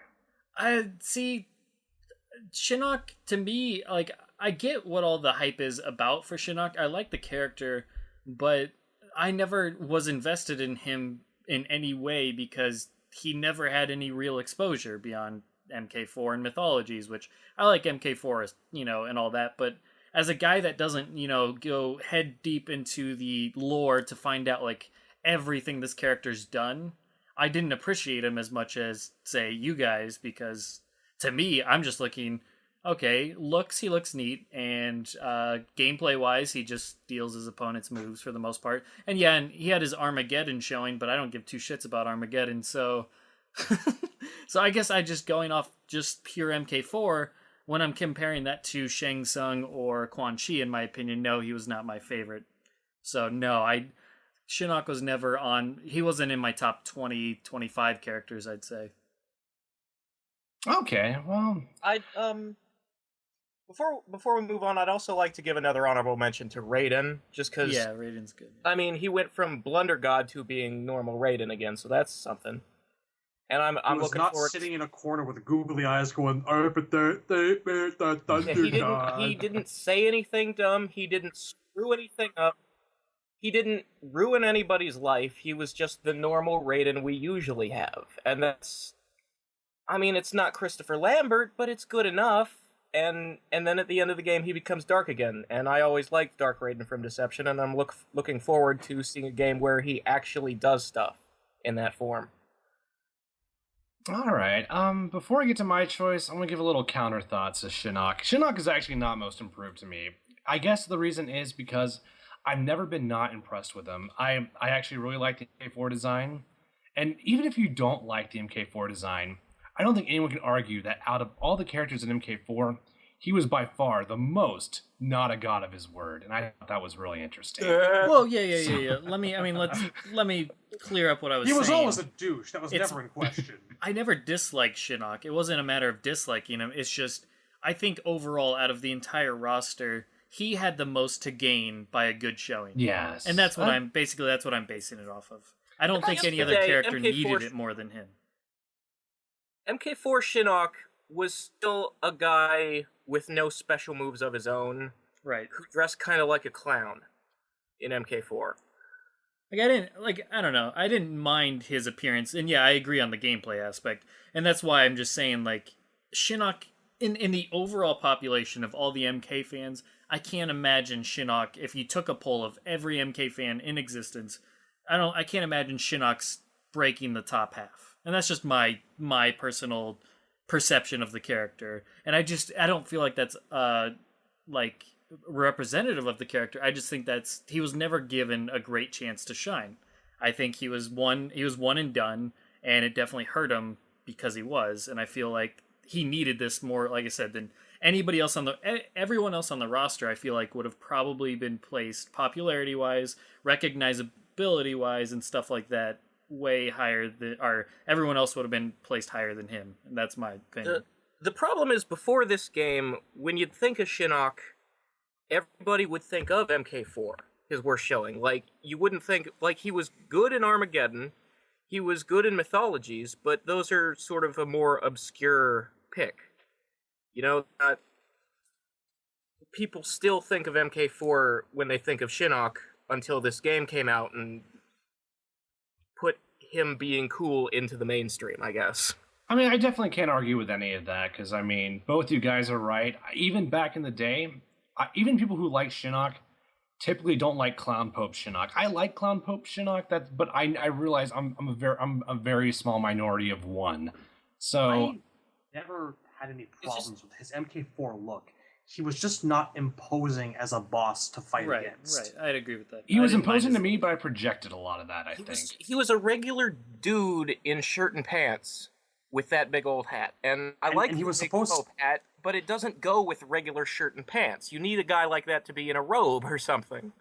What you got? He got the robe eventually. He got Like the he has Hugh it in Hefner he has it in scarf Armageddon. coat. He has it in this game more or less. He had it in Mythologies, and like when I think of Shinnok, I'm still looking for that guy from Mythologies who is giving that, he's like in the prison cell acting like a grandfatherly old man, like being all warm and friendly to Sub-Zero, and then he says something sinister. Sub-Zero turns around and he's not there anymore, and then later shows up and shoots Serena in the back, and he's got this smug grin about it.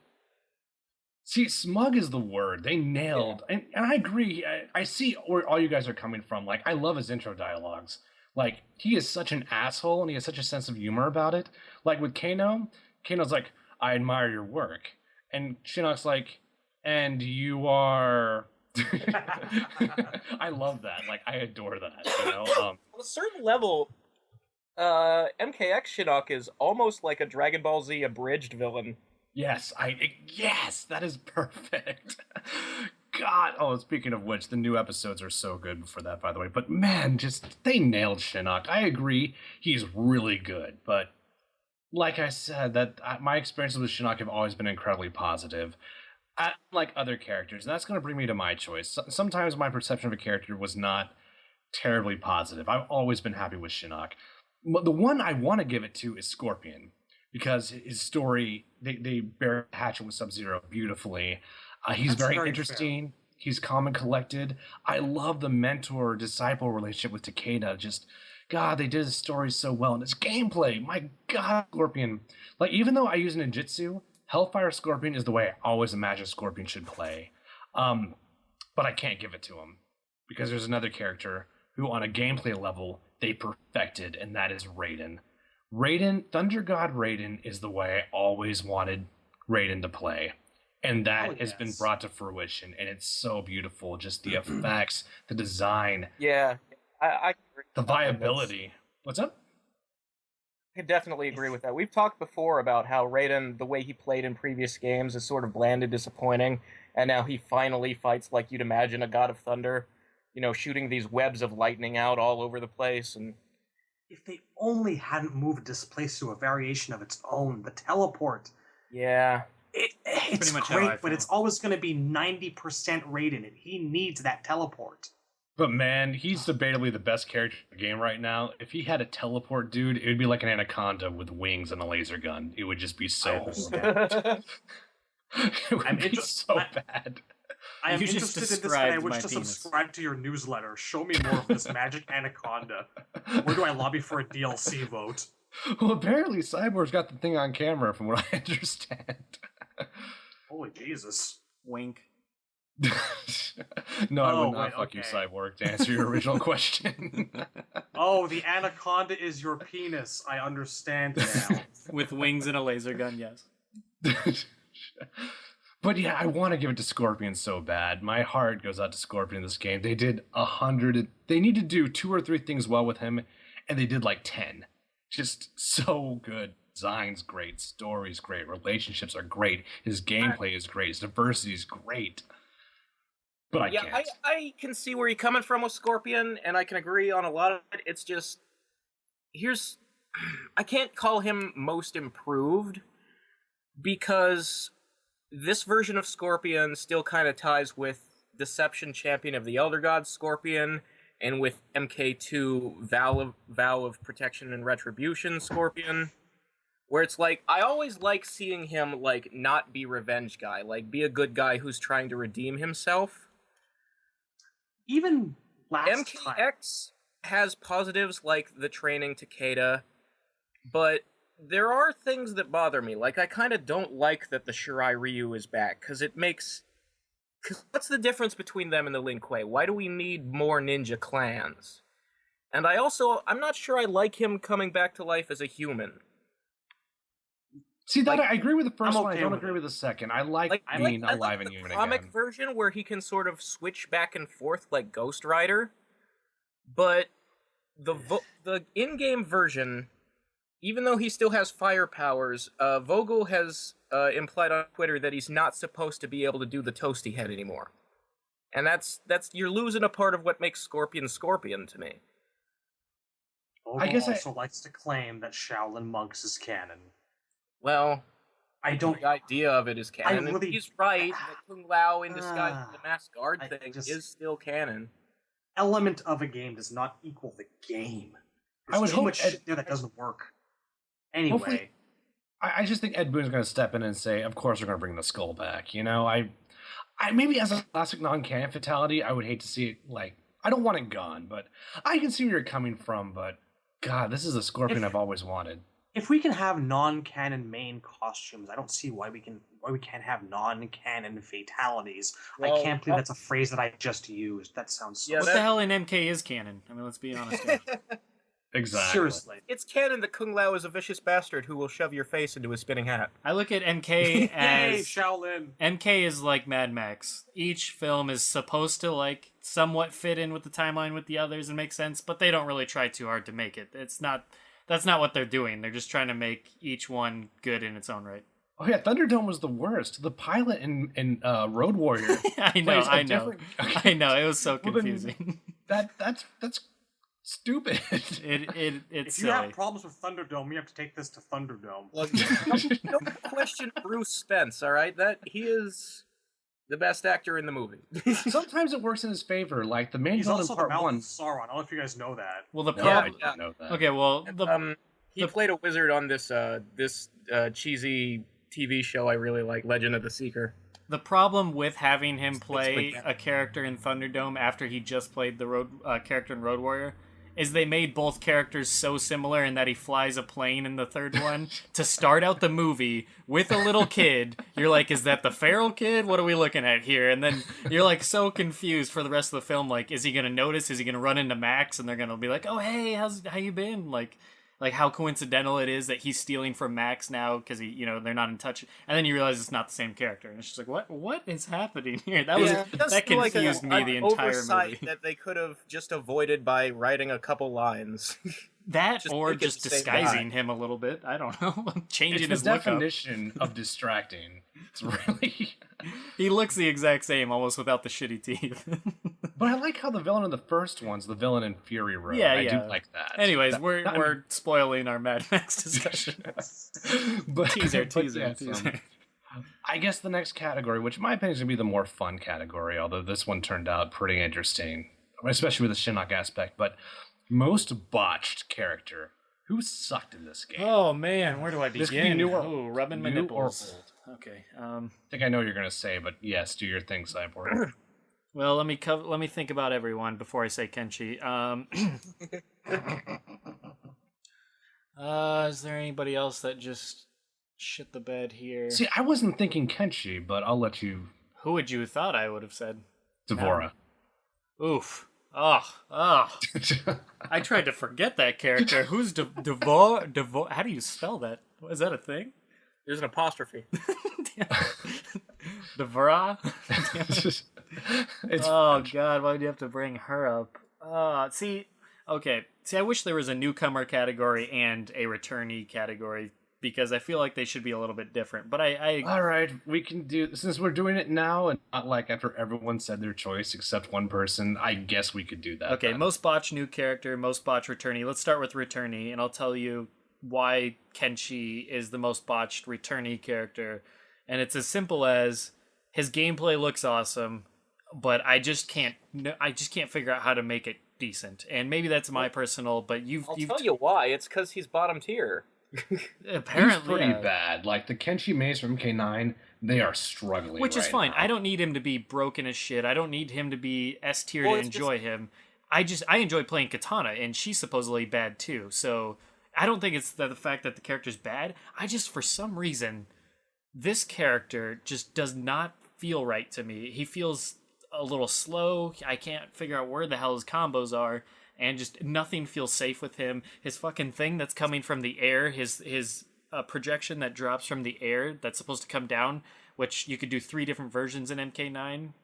You can only do one this time, and it's completely random where it goes. I still have no fucking clue how that thing works. It's like some math problem where they forgot to carry the 1, so it just goes wherever the fuck it pleases. it doesn't follow the character at all. It's weird as shit, and it's so unreliable. It's ridiculous. And yeah, I don't know. It's just very, very frustrating. I am just, And then in story, he did a bunch of badass shit, but did he really play an integral part? I don't remember. I could be speaking Not out really. of place here. Yeah, okay. No, he was no, just, you got hit a lot. he was He just stood there. around and He got talked punked like like 3 twice. scenes. Yeah, so I don't know. I'm so confused. I am so fucking confused, and I just so disappointed. I was so ready to main the shit out of him, get full on support. I tasted. Okay, I'm not gonna go that. I sampled him in MK9. Sampling the You saw where I was going with that, so I sampled him in MK9 Pummeled by that. because I only really got into playing him those last couple months that we did the streams. So I was ready to, and I've always been a Kenshi fan, but I just never been, I never mained him. So it was nice to, finally get around to that in MK9, but then at the back end, but now it's just like fucking, I don't know what the hell to do with him. So I want to take him off my arcade stick. I just want to get rid of him. I don't.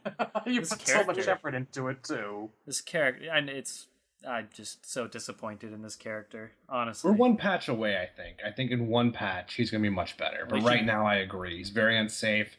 He has no decent guessing game at all. Patch. I don't know where I was going with that, but whatever. I think sample is worse than taste, by the way. But Hey, whatever. because at least taste implies commitment. Sample, you used him. That's fine. Just They used me. tip of the sword. I feel like they used me and then just teased me and then just gave me a serious case of blue balls for Kenshi. That's what I feel like. I feel like I'm ready to play Kenshi this entire time, and then when I finally get him, I'm just like, what is this?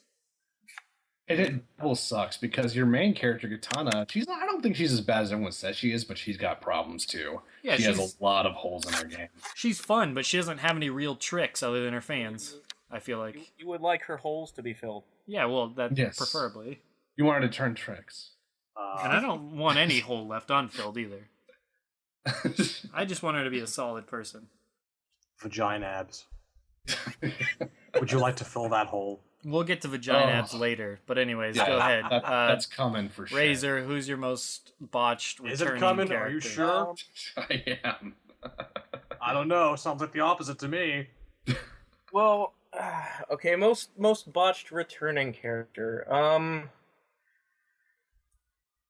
I don't know. I don't explicitly dislike what they did with anybody, really, except maybe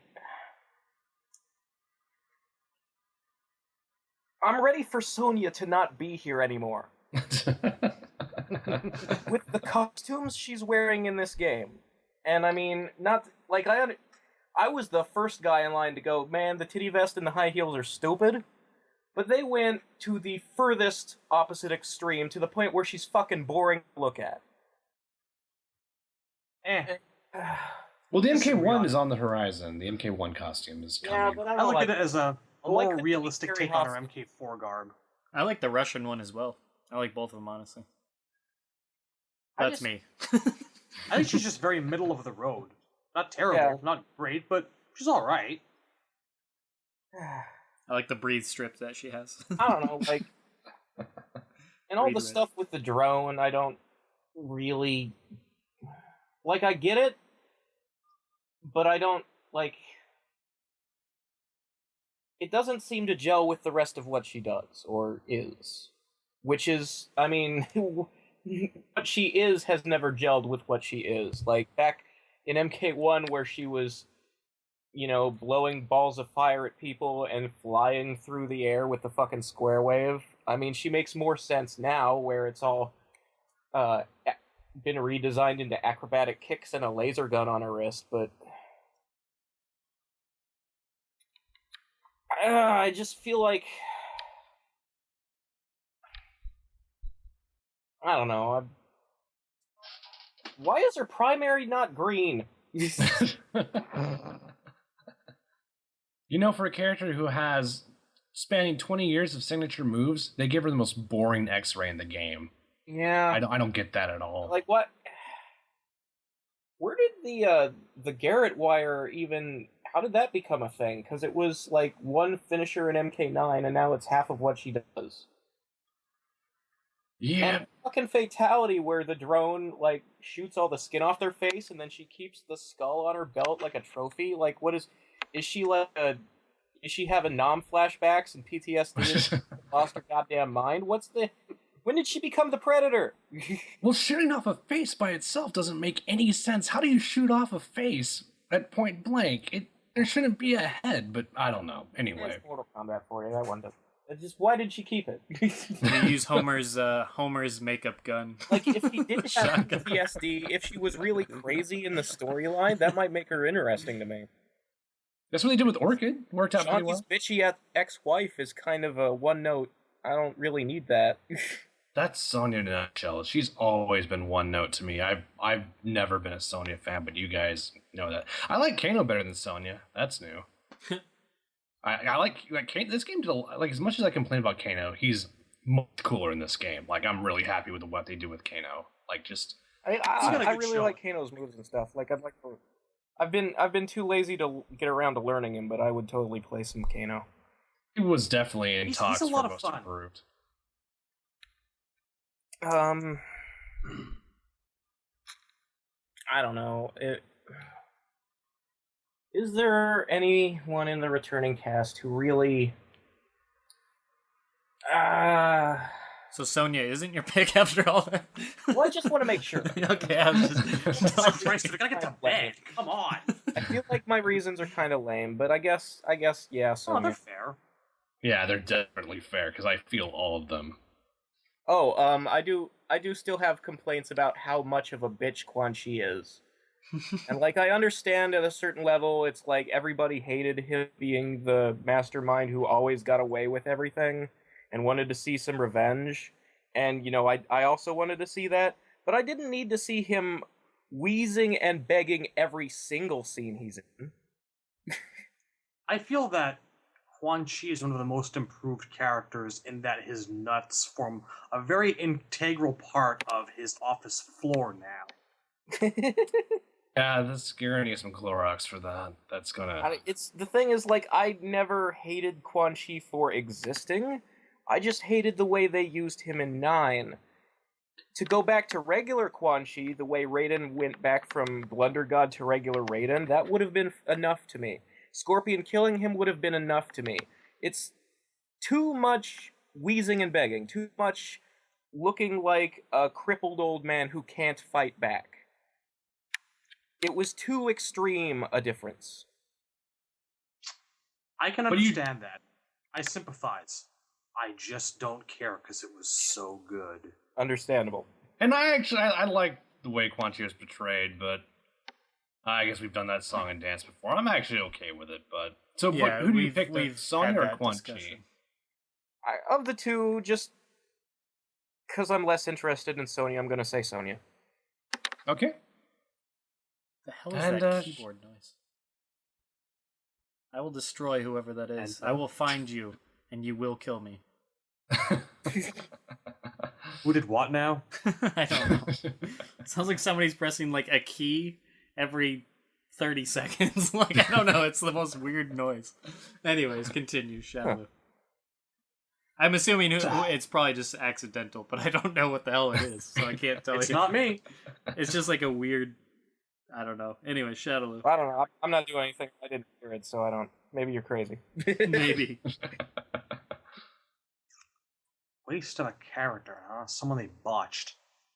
Oh man, I just realized I think I have waffles in my freezer. Oh, that's Nice. good news for me.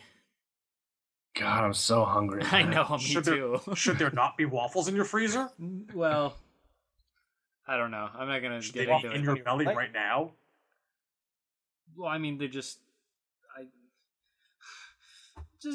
if we could ever end this podcast, I could eat them.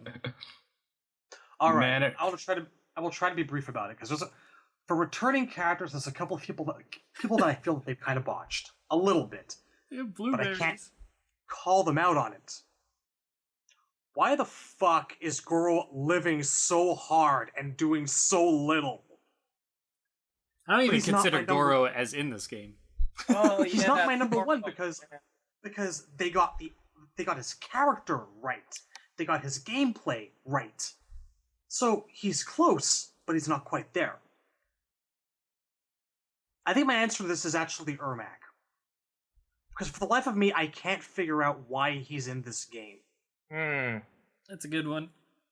He's in this game because they really like Ermac. That's really... he doesn't necessarily I feel like he's actually anything.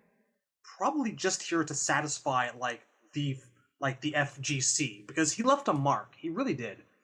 He's got that style to him. He's got that swagger.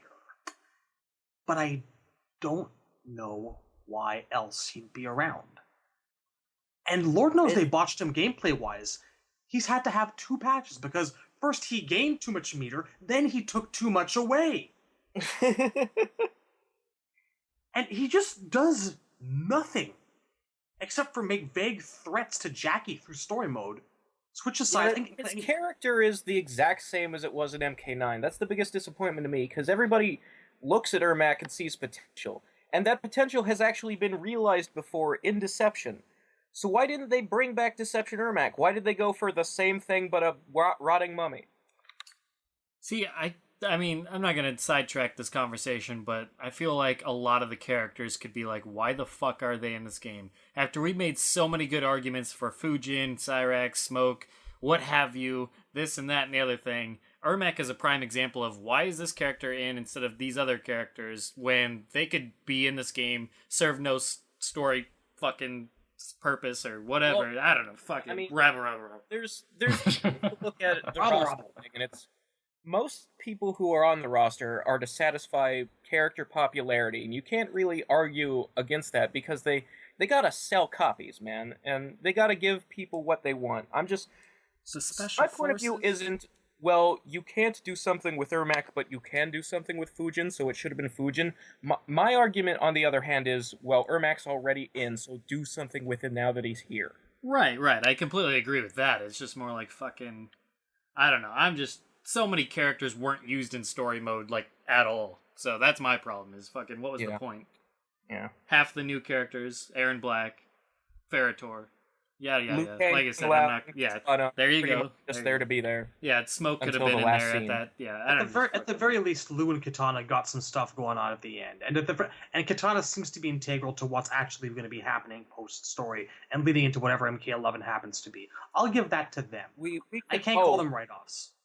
I would be disappointed, but also not surprised and somewhat amused if, once again, in MK11...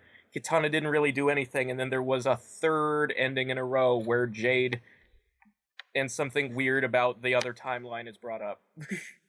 Either that, or I don't know. It's got to be that, or her, Mileena, and Jade got to, form Charlie's Angels again. They form Charlie's Angels, and Charlie is Jade.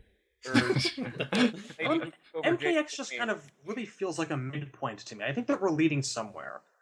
So I'm not going to be as pessimistic, but I can certainly understand. We're leading pays off sooner rather than later. We'll know in 4 years. Because if they just keep putting it, it's never the real not. story. Hopefully 3. Doing it. It's going to be 4 years. 2019. This cycle's killing me. Oh my god. One. Yeah, just get another team to make Injustice games. God. Yeah, I thought they were doing that too, but I don't know why. But... Anything else, Shadaloo? Anything else you want to top that, or? See, not particularly. They're also, there's only so much exposure you can give every character, and I feel that most of them got a fair amount. It sucks that a couple people had to be relegated to hench status, but for what it's worth, Aaron Black got a couple cute moments of dialogue, and that was nice, and Kano got a couple of fights in, that was pretty cool. Ermac's the only one I think I really have an actual beef with as far as having a minor role, but not really having much of a justification to even be there for that minor role in the first place. I agree with you. Ferritor too. Yeah, I was gonna say Ferritor just fucking unless this was supposed to be a Mad Max tie-in because they really expertly timed out that the game would be released somewhat similar to the movie. Well, now we're getting into the disappointing new characters. True. But that's not my pick, so no spoilers there. But yeah, anyways. Go ahead, Tim. I'm going to agree with Shadaloo. Everything I love about Ermac is dead. So let's go on to the next category. Looks like we're talking about most botched new characters. Cyborg, what do you got? Well, I ranted on Devora, honestly. Like, I was gonna get into it when you brought her up, but I've calmed down since then, like in the 20 minutes since then. So I will say this. in though. I all will in say all this. honesty, Devora, go ahead, Shadow.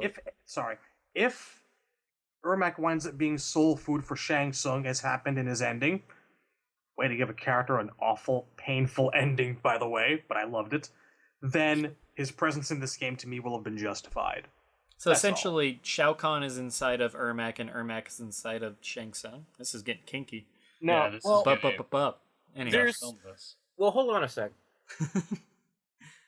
Now, I don't remember what the dialogues actually say right off the top of my head right now. Are we sure Shao Kahn is in Ermac? I'm not Or- sure of anything, like I It's said. possible we misinterpreted those lines, that he was actually speaking about being the last of Shao Kahn's legacy or something like that. I Like he don't know was anything. fighting on Kahn's behalf now that Kahn is gone, as opposed to actually having Kahn inside him. It's one of those, either way, it doesn't really matter because it didn't come into play. And I it think both probably won't. interpretations, Yeah, I we're mean- never I going to mean, find out Either either. way, it would be disappointing to me, because if Kahn's gone, Ermac should be free, and he should be the good guy he was in Deception. Yes. That's all I got to say is yes. Agreed. Yeah, fuck her, Mac. Anyways, the Devora thing. If you want to hear my Devora disappointment, just go back to the fucking story mode review. But I will recap the fact that I think she's the most botched, even more than Ferrator is. Even though she got probably the most face time of that side of, not the Scooby-Doo gang, she got the least amount of or the most amount of face time, I should say, of that. Maybe Kotal probably had more. I don't know. Either way. I'm just personally disappointed in her because I thought she was a great concept, and they turned her into Tanya 2.0, which, whatever, that's their decision, but I don't know. I don't know. I don't like it. I don't like it at all. Not one bit. But whatever. I forgot about her until you brought her up. You son of a gun. See, I want to forget about her, but that stupid character keeps making top 8 at tournaments, and it's just pissing me off. But in terms of new characters that were pointless, yes, Ferrator would be that character, which is a shame, because I agree with Shadowloo. I really like Ferrator as a concept a lot, so didn't even need to be there. You could have put absolutely anybody in that spot, and it wouldn't have made a damn difference, which is a shame. Which is funny, because they're Ed Boon's favorite, so go figure. I guess they don't get the I guess they don't get the Scorpion treatment. At least they're worth it for the dialogue alone. Yeah, they're fun. It's just, yeah, I don't know. It's frustrating, I guess. But anyways, Razor. Yeah, on a certain level, it's just Tara Strong doing the same little kid voice she always does. But see, I kind of like Devora, and I mean, I was disappointed with the way they used her in Story 2, but not because I didn't want her to be the mole. It bothers me that she has no motivation, that we don't know why she works for Quan Chi and Shinnok. But I wouldn't say she was the most botched, because I do, there's a lot to like about Devora from where I'm sitting, not being a guy who hates bugs like Temp is. I can't piss Can't on deny Devora because I feel that that's a question that's probably going to be brought up in MK11. I feel that she's kind of a lock to come back. Sorry. I hope so. I think there's a lot of potential there. I like her design, I like her moves, and I like the parts of her story that don't not make sense. What burns me is I tried to like that character. Everyone's like, give her a chance. Despite my me. biases, yes. Despite Cyborg's advice, despite my own biases, I tried to like the character. And I just walked into the party and they punched me in the face with that bullshit story she had. Yeah, well, So, welcome to the club. yeah, no, there's no forgiveness on... No, I mean, she's Kano 2.0 in my opinion. I'm done with that character. Well, I guess I should say Sonya 2.0 now that I like Kano better than Sonya. Actually, you should say Kano 3.0 because Jarek was Kano 2.0. There's been at least 5 Kanos. And I will say, and this is just going off MKX, if they fix it in MK11 where they give her this amazing reason and great backstory for why she is the way that she is, I will totally give her another chance. But I'm turning into the pessimist that has little faith in them to do anything story related that's going to make me change my mind about something, because every time I give them the benefit of the doubt, they just shit in my throat. They just shit in my throat, and I'm tired of it. The way Tilt your head back. Now I know exactly, because I was there 4 years ago. So yes, So as much as I'd like to think that they're gonna do something with Devora, like she's gonna come back and then she's gonna have a big part in MK11, or at least have everything explained. For all I know, I could get that hopes up, and then she won't even be back, and we'll never hear from her again. She was just there to do that plot device, and fuck me, shut up. So anyway, my actual answer, I would give it to Ferritor if Jackie didn't exist. Let me put it that way. Definitely Jacqueline Briggs. See, I'd say Jackie, but I feel like Jackie was a botch from the start. She wasn't a botch in terms of, like, terms of potential versus what we got. She was a botch for being made.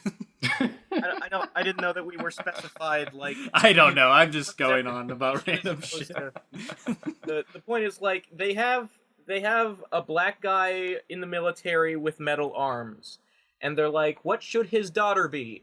A black girl in the military with metal arms.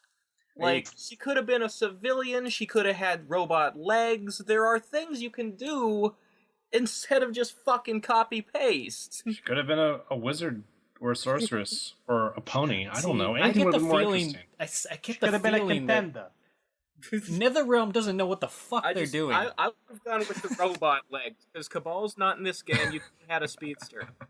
See, I just feel like NetherRealm, and don't get me wrong, they make a solid game. The fighting's great. This is easily the best fighting engine, I feel like. It just feels phenomenal. My problem with is, they deliver an actual storyline in a fighting game. Kudos to them, and they've had some great moments.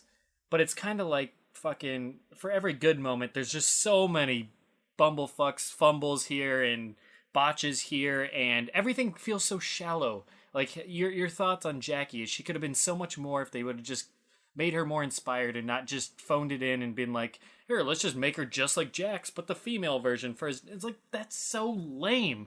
That is so lame. And they just, same with Ferritor. Let's bring this character that could be something, and they just didn't give them anything other than a decent ending with something potential. But it's all potential. It's all potential with them. Very little follow through. They've got character, though. Fuck it.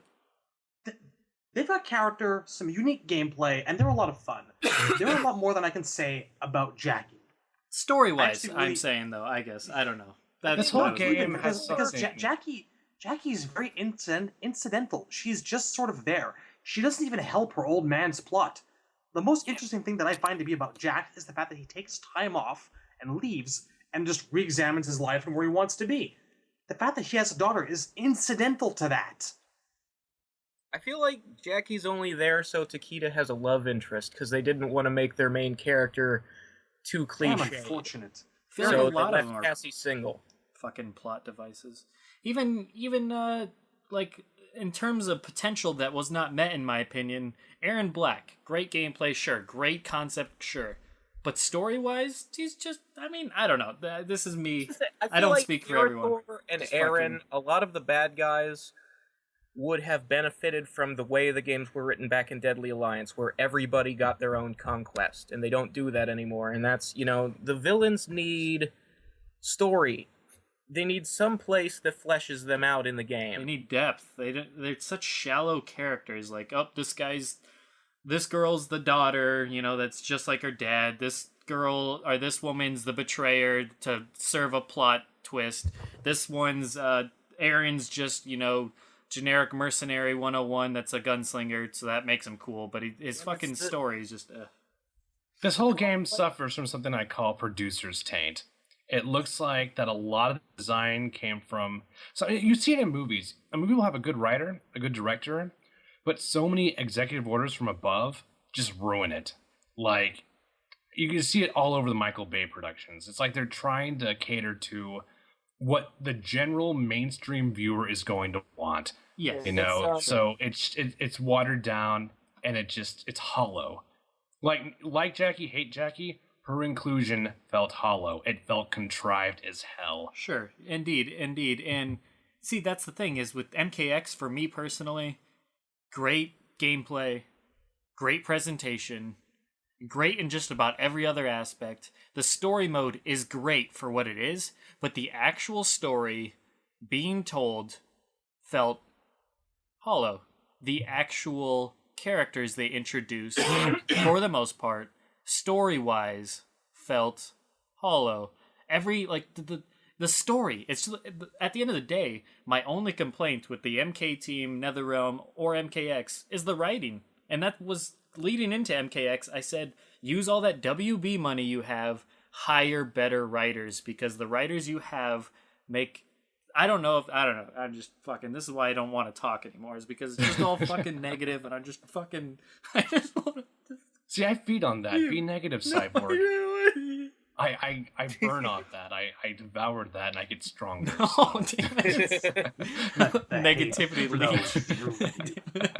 No, but it's like a tick. No, but seriously, like, it's just so frustrating because everybody looks... I mean, the people that weren't into MK for its gameplay, there's so many people that raved about how the MK9 story mode was revolutionary for fighting games. Like, it had such a great story mode. If you didn't, like, pick apart the story, the actual mode itself, people really enjoyed, like, the way it was laid out and how it was done, story aside.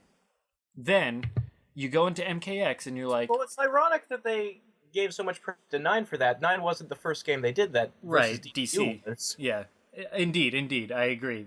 It is weird. But beyond that, it's just... It was getting high praise for that, so I just feel like the writing feels so very shallow. The same people that made Kung Jin a gay character in Mortal Kombat and did it so well, so subtly, so perfect, are the same people that made every other, or not every other, but you know what I mean? So many things feel so shallow, phoned in, and just, ugh. Like, it's what easy the to fuck? write one scene. Yeah, it's hard to give yeah. a henchman their own story when you don't have, like... That was the thing about the Deadly Alliance Conquest mode. When you picked a character for 10 fights, you were learning their story. Right. They weren't a sidekick in somebody else's plot. You were following them. I just want a new writing team. I feel Somebody like- that hire fucking, I don't know, insert great writer here and just boom.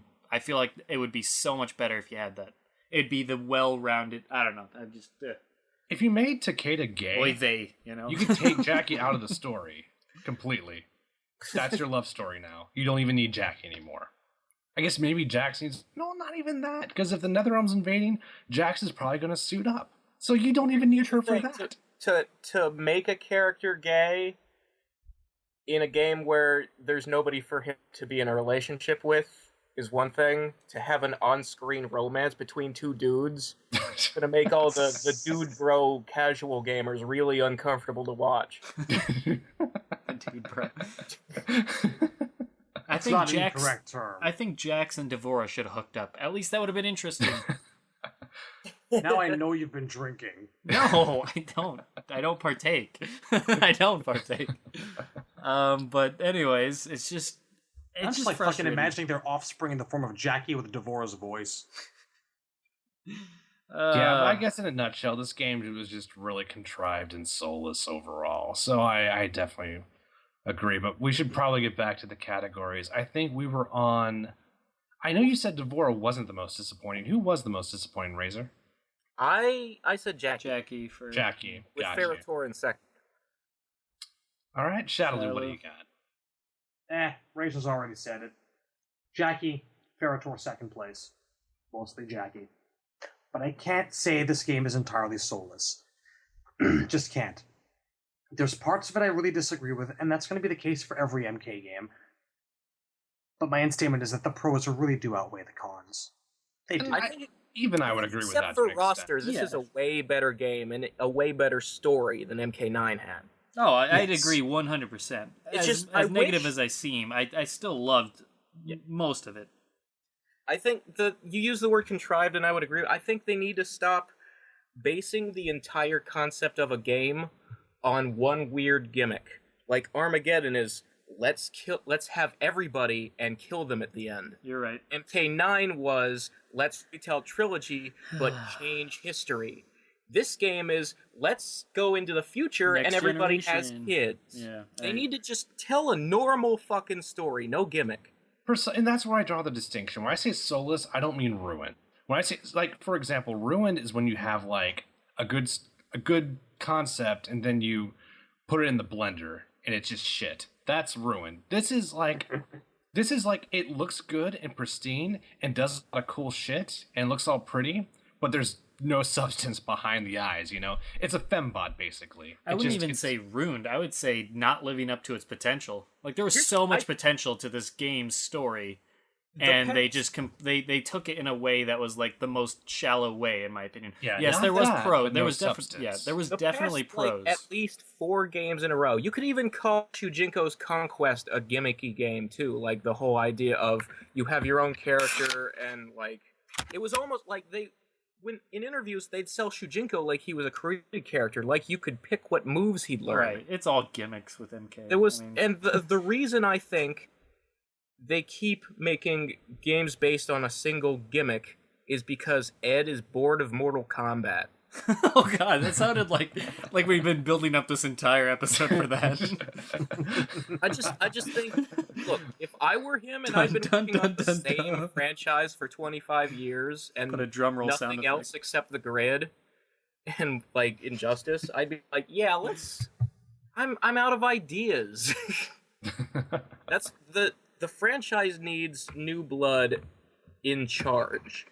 I mentioned that in the previous episode, that I wish it could be handed off to a different team, the way that when a writer is done with his run on a comic book, another writer will come in and he'll write Batman for a while and he'll do whatever he wants to do with it.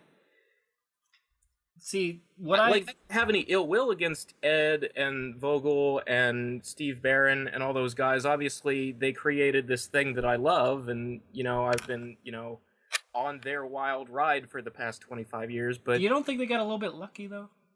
I don't know, because... Take the gore out of MK.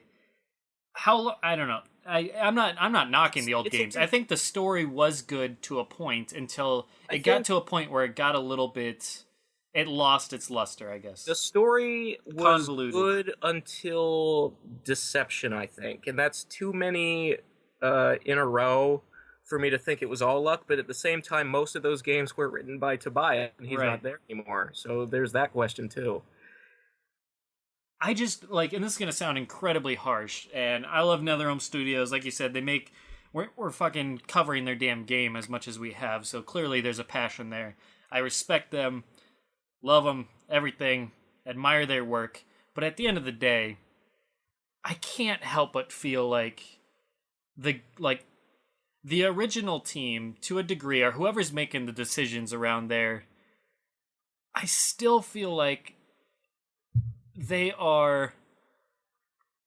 I'm trying to say this, I'm trying to find the right word so I don't like come across like a complete douche, but I'll just be partial douche. It's just like, I guess I can't think of any better way. They're not geniuses, you know? They don't really know what the hell they're doing. They're making a very simple, not gameplay aside. They do great at gameplay, but I'm talking purely story and maturity, like actual maturity of the story and how intricate it is. They don't know what the fuck they're doing. They're telling a very simple, I don't know, I just feel like there's You gotta remember, if in you terms of story, it's a different team these days. It ain't Vogel. It's whoever the fuck they hired, starting with, I'm guessing, NKDC onwards. I know, I just can't get out of my head, like, the farts, the toilet humor, that John Greenberg has been, co-writing with him since Deadly Alliance, and everybody forgets that guy. I just feel like it's a bunch of teenagers that got rich off of an idea that worked, and then here we are 10 games into it, and they just don't know what the hell to do anymore to make it special. Like, they run purely on gimmicks, like you said, with good gameplay, characters that we all love, but what's really progressing here? Because we've spent the last, 10 years just trying to regress to a point where we can take it forward once again in a positive evolution of the story. And it's just like, how many 4 years do we have to wait until we finally realize they don't know what to do with their own story? And the story they keep telling, it falls short, I feel like. I don't know. That's just my feeling. Maybe I'm just jaded right now, and all hopped up on Mountain Dew. I don't know. I don't know. I haven't drank Mountain Dew. I'm doing the Shinnok imposter pose, just taking all your negativity. I'm getting so strong right now. Like, my eyes are glowing. No, but seriously, it's just do you not agree with me, Temp? Like, do you feel? Oh, I absolutely agree. Like, this is just this hurt. I look so forward to MKX like story progression. How many times did I say we're finally moving the story forward? Since 10 years ago with Deception or whatever the hell it was. Like, we've been retreading ground ever since after Armageddon. Like, we didn't go any forward with MK versus DC. We're still retreading ground, and we'll keep retreading ground until all the old villains have been redone. And God forbid if you're right in that we get another reboot, because hello, we're gonna go do the same old shit again, and they've just look. This is coming from a guy who wants them to do Onaga again, the same way they did Kahn and Shinnok. But on a certain level, it's to get it out of their systems. Because, I mean, if they don't do him, then he's sitting on the shelf waiting for his turn, and it's like a loaded gun, and you're just waiting for the trigger to be pulled. Well, everything Cyborg said is precisely why I don't invest myself in the story anymore. Because, like I said many times in this show, the things I love about Mortal Kombat are clearly not what they love about Mortal Kombat. When I said a part of me died with MK9, people think that means like I was really, really hurt by the series and that changed the way I perceive it. That is not what it means. It means one of the valid reasons I like the franchise is no longer valid. If I want to say Mortal Kombat is good, I can no longer appeal to that reason. And the reason being, the story was good. Or no, let me rephrase it. The story was consistent, mostly. Yeah. I can't appeal to that reason anymore. Can you hear me? Yeah, we got you. All right, yeah. Well, here's the thing, yeah. And well, if I can't appeal to that reason anymore, that reason's dead. It died a reason-y death, and it went to reason hell. It's literally dead. So when I say a part of me is dead, I mean it. I'm not trying to be dramatic. I'm not trying to be like, oh, this franchise hurt my feelings. No, I just can't appeal to it anymore. That's not a valid reason to like the game. Yeah, I know exactly how you feel. That my main reason for following Mortal Kombat until 2011 was because the story was so solid. It all worked. It made sense. It was the most perfect franchise I've ever followed in terms of just consistent continuity, and that is gone now, and it's not coming back. It was a tower above its own genre and a tower above gaming storyline in many ways. Not a lot of games were able to compete with the lore and the consistency of Mortal Kombat. Not that there weren't retcons, but I know a necessary evil when I see it, and that is not what happened with MK9. That's not what's happening with the comic or MKX. They're just not trying because I'm not convinced it matters to them. They just want to tell a cool story, and advancing the lore was never in the books. It was never their prerogative. And that's just the way it is. And it bothers me because I like these characters so damn much. Everyone knows the big reason we all have our things that we're passionate about for MK, and mine is beyond just like the gameplay's fun. Mine is the characters. More so than the story, I care about the characters. That's what I get invested in. That's what I'm passionate about. I get invested in the characters. And where the fuck is the depth for these damn characters? Like, it's so frustrating to me that I just feel like Aaron Black had all the potential in the world, and I don't feel like his actual character background and story is up to snuff with how great his design is. I feel like that's what MKX is. It's great design, great presentation, great gameplay, but the actual depth for the characters story-wise, I just don't feel... Trust me, there are exceptions, and you get, like, good depth with, like, Sub-Zero and stuff like that and getting them back on track, but like I said, I don't know, it's so frustrating that some of these characters just lack inspiration or just feel... I don't know. Shadaloo, you have things to say. You've been quiet. Go ahead. I'm getting tired. Yeah, I think this is what happens when you have a cinematic 3 to 4 hour story mode, and you have a cast of roughly 30 or so people, and your series has previously held each of those characters up to a standard of development, or at least a denouement by the end of the game, and wherein most of your characters are expected to evolve or change or have some sort of monumental event or whatever happen to them during the course of said story mode. This is what happens when your endings are an afterthought. Yeah, those A endings nice are little shit. extra tacked on. Story mode is the name of the game now, and that's our real problem. John was good, but I still feel like anyone with a little pinch of salt worth their writing talent Right. would be able to piece together a reasonably coherent storyline with these characters the way that John used to, the way that things used to be done. And that's just not possible anymore because of story mode. Because we want to tell a nice cinematic movie length, like trailer, like a nice movie, so to speak, and wow people with gunshots and explosions and slow motion deaths and decapitations. And it's not that those are a bad thing. It's just that, pick your cake. You can't have it and eat it too. And we have gone the way of the Hollywood Explosion Fest. And that's my problem, Michael is Babish Bloom. because you know how you remedy that? A simple remedy where you can keep story mode, you can have your cake, eat it too, and everything. Just have the comic line up with the fucking game. Because then you get everything. You get all the depth, you get the character backgrounds, you get the character spotlights. Because guess what? We got so much spotlights for a lot of the other, B, C list characters that didn't get, all the time in the game. And we get further, knowledge about what's happening leading up to the game. And hopefully it continues. But it means shit if it doesn't line up with the game. Because now we don't know what the fuck to believe. And obviously we're going to go by the game, not the comic.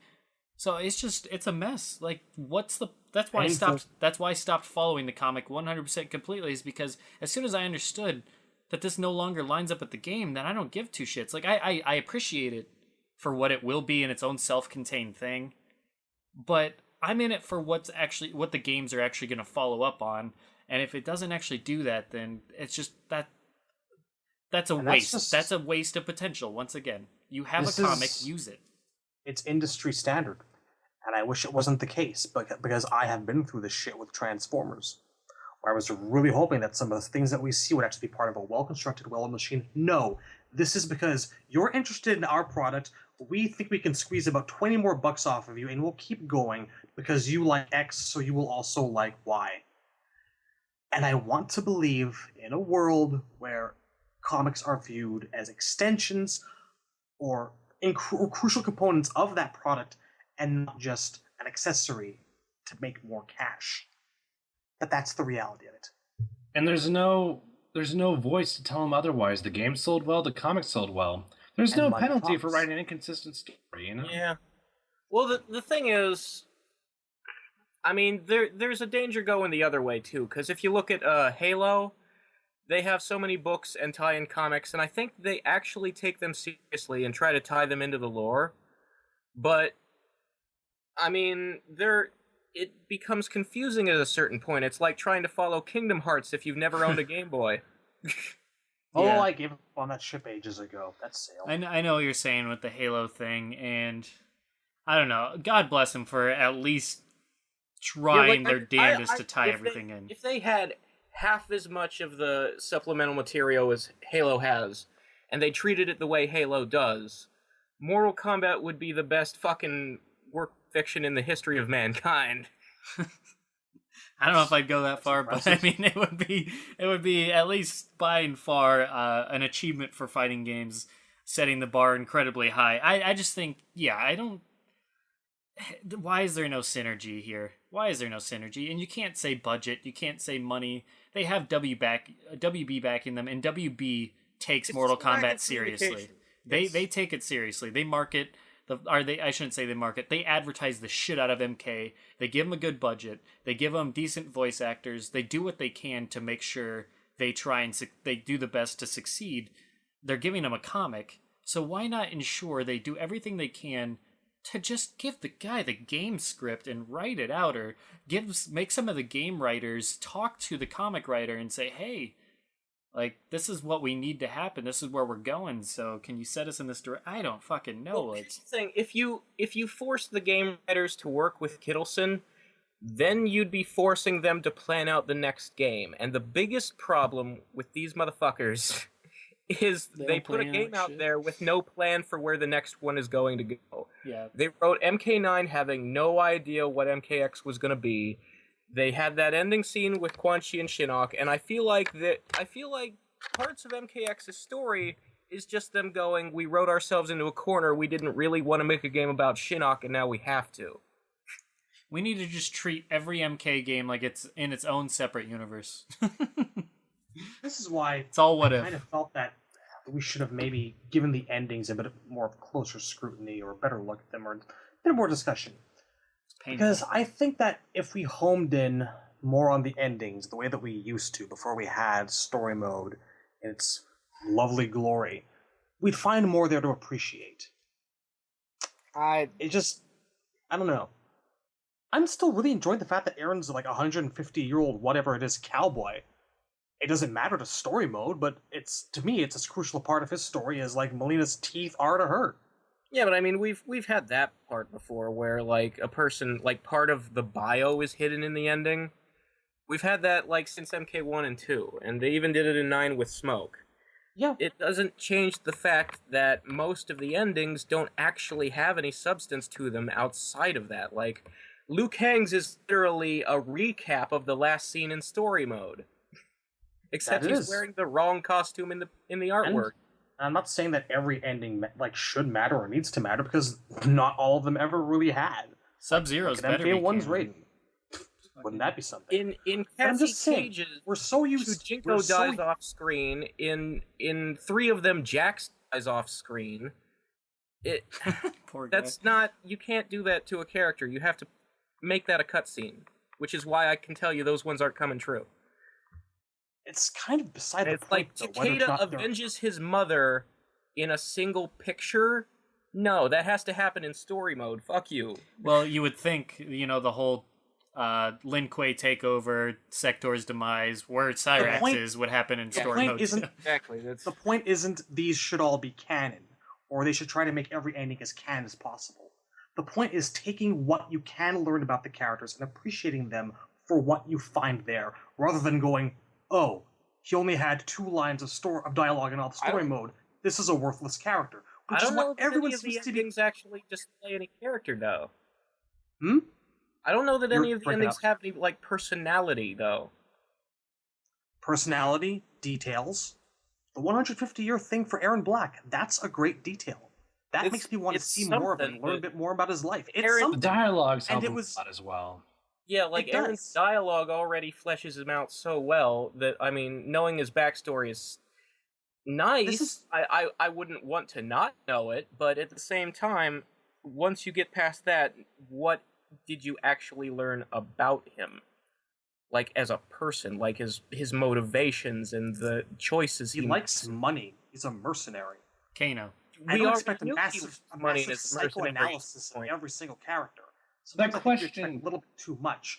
But I'm saying what we really need for characters, I think, is for the most part there. But we focus so much on story mode and the limited capacity it has to tell stories for 30 fucking characters. Are we really surprised that Reptile has 3 or 4 lines? I take what I can get from around like the I bird's want- nest, you know? I want a mode, and I don't know. It doesn't gameplay-wise. It could be a new iteration of the challenge tower, where there's a challenge tower for every character. But I want there to be lore in those towers, like the Conquest and Deadly Alliance, and I want that mode to coexist with story mode. Would be nice. All I'm saying is, I don't need them to do everything in story mode. I want them to do it in the game. And yes, you're saying, well, if you take apart or pick apart the bio, the ending, the intro dialogues, which we don't know if those are canon, and story, and take it all and wrap it up into one and say, this is what we learned about this character. At the end of the day, are we not learning just like little bullet points about the character? I still feel like the bios and endings have gone down in quality since the advent of story mode. I still feel like we're just learning we're waiting 4 years. 4 years is not a little amount of time. 4 years for that little excerpt to know that to know Aaron Black is 150 years old and he likes money. Those are 2 bullet points that we know about the character. that we can, pick from those things. I still don't. I feel like, in we might have to wait 4 years to know anything more about this character. That is a slow ass time or that's a long ass time to fucking wait till like, I don't know what to feel. And that's if My he's in point the is game. now, Yeah, and that's if he's in the game. if you're expecting fleshed out development from any villain that is not the chief or the commander-in-chief or the second in command, stop right now. I know, right? And that's my point. You are just wasting your time. That's my problem with the series is it shouldn't be a simple stop right now. It should be get better fucking writers, put more text in, because let's be honest here. None of us are asking for a 9-hour story where they flesh out the rest. It's as simple as taking your keyboard, writing 3 more paragraphs per character and putting that in the bio, and that's it. We're just asking. It could be fucking the crudest text. You could do Times New Roman 12-point fucking font and just put it in the game as is. As long as it tells me more about the character and it's supposed to be canon, and I know it's canon, I'm happy, because at least I know more about the damn character, and I don't have to wait 4 years to know 2 more little possible tidbits about said character if they happen to make the limited roster. For their random throw a dart at the board with a blindfold on who makes said roster. But hey, I don't know. I don't know. It's just frustrating because, like I said, I wanted to know, like Ferritor. What the fuck? Like, I don't know. It's just frustrating. Or Devora. Like you say, wait. Like Devora might be saved in the next game if she gets more further development, but that's a hell of a long time away. We're just left with this cliffhanger for 4 fucking years. And if they develop more in the comic, who's to say that's going to be followed up on? That's my thing. It's frustrating. But regardless. Yeah, it's an exhausting topic. Yeah, it's very... We all chimed in, and we all have varying levels of opinions, disappointments, and things we enjoyed, etc.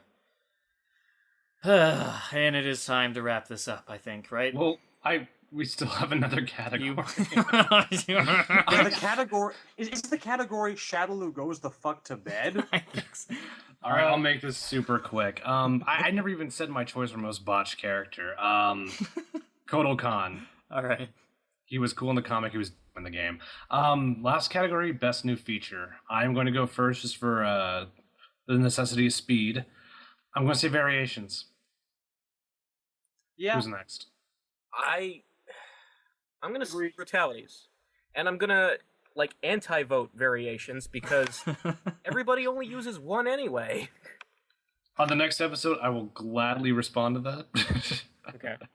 But I'm in a similar boat as Shadaloo. I gotta get something to eat. I'm dying. I want to say variation. Fuck. I don't know what to fucking say. It bothers me to take a character and split everything they can do. I agree with you, Razor. We will definitely talk about this in the future, all of us, but for the sake of time, we won't. I will just say for now, brutalities are variations. I don't know. Fuck it. One of those things. It's definitely not team battles, and we're out. All right.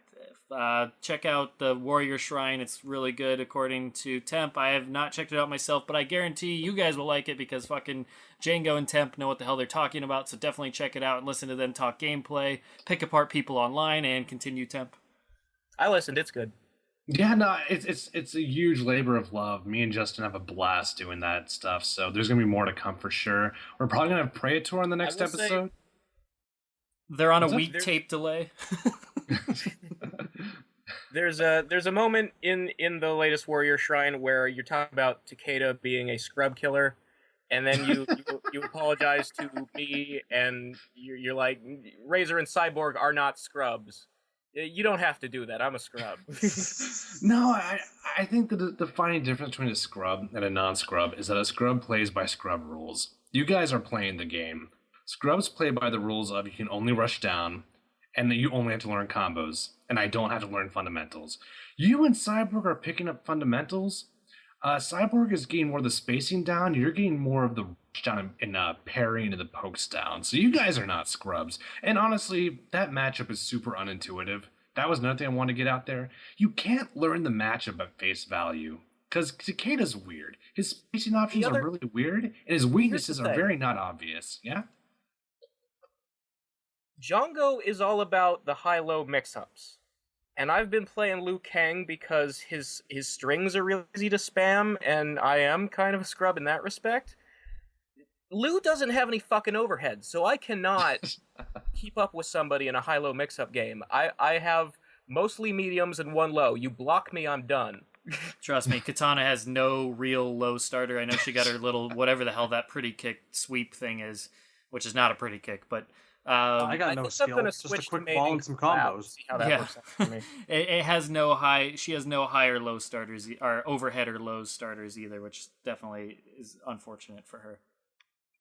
But for those who have checked it out, thank you. Like, it's really fun to record that. You know, just going over the gameplay stuff is what I've been waiting for since June. So it's been a blast. And to the 4 people who downvoted us, I don't know what we did wrong. Please it's probably the same tell fucking us. people. They're never gonna tell you. It's the same with this. No one will tell you. This is them. It's And just you trolling. think that this is perfectly suited to my expectations. I'm gonna go brush these Cheetos off of my chest hair now. I'll Fuck tell you. has Fingers in never the air. liked you for years because of something that happened on the message board. Yeah, like I said, it's probably Now they're some just like, well, he Professor made a Frog thing, fuck person or him. something. I don't know. But anyways, damn it. All right, and beyond that, do the whole face. Thank you everyone that's liked us on Facebook, by the way, if you're actually listening, because we got like 106 likes over this past week. So if you're actually listening and you're not just, liking it to like it, thank you. But other than that, yeah, thanks everyone for listening. Thanks for tuning in. We're probably going to change up things in the future, but, we're running long as it is, so you'll figure it out eventually. So adios, people. Take care, guys. You will notice we're going to have more special shows, whatever. Like the Warrior Shrine in the Graveyard. I don't know. So is that there will be a tournament. Oh yes, there will be a tournament. There will be eventually.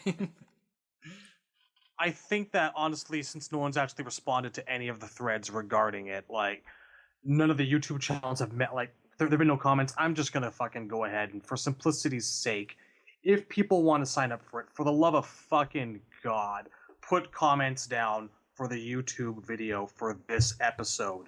Go now and do it. Stop playing with your balls. Take your neighbor's boner out of your mouth and sign the fuck up. I really don't want these Conquest DVDs in my home anymore. I want you all to have fun. Where thumbs downs come from now. Well, you heard the Thumbs man. down this. You heard the man, Enjoy and we're out on that. Good night, everybody. See you next time Night. for Tanya. See ya.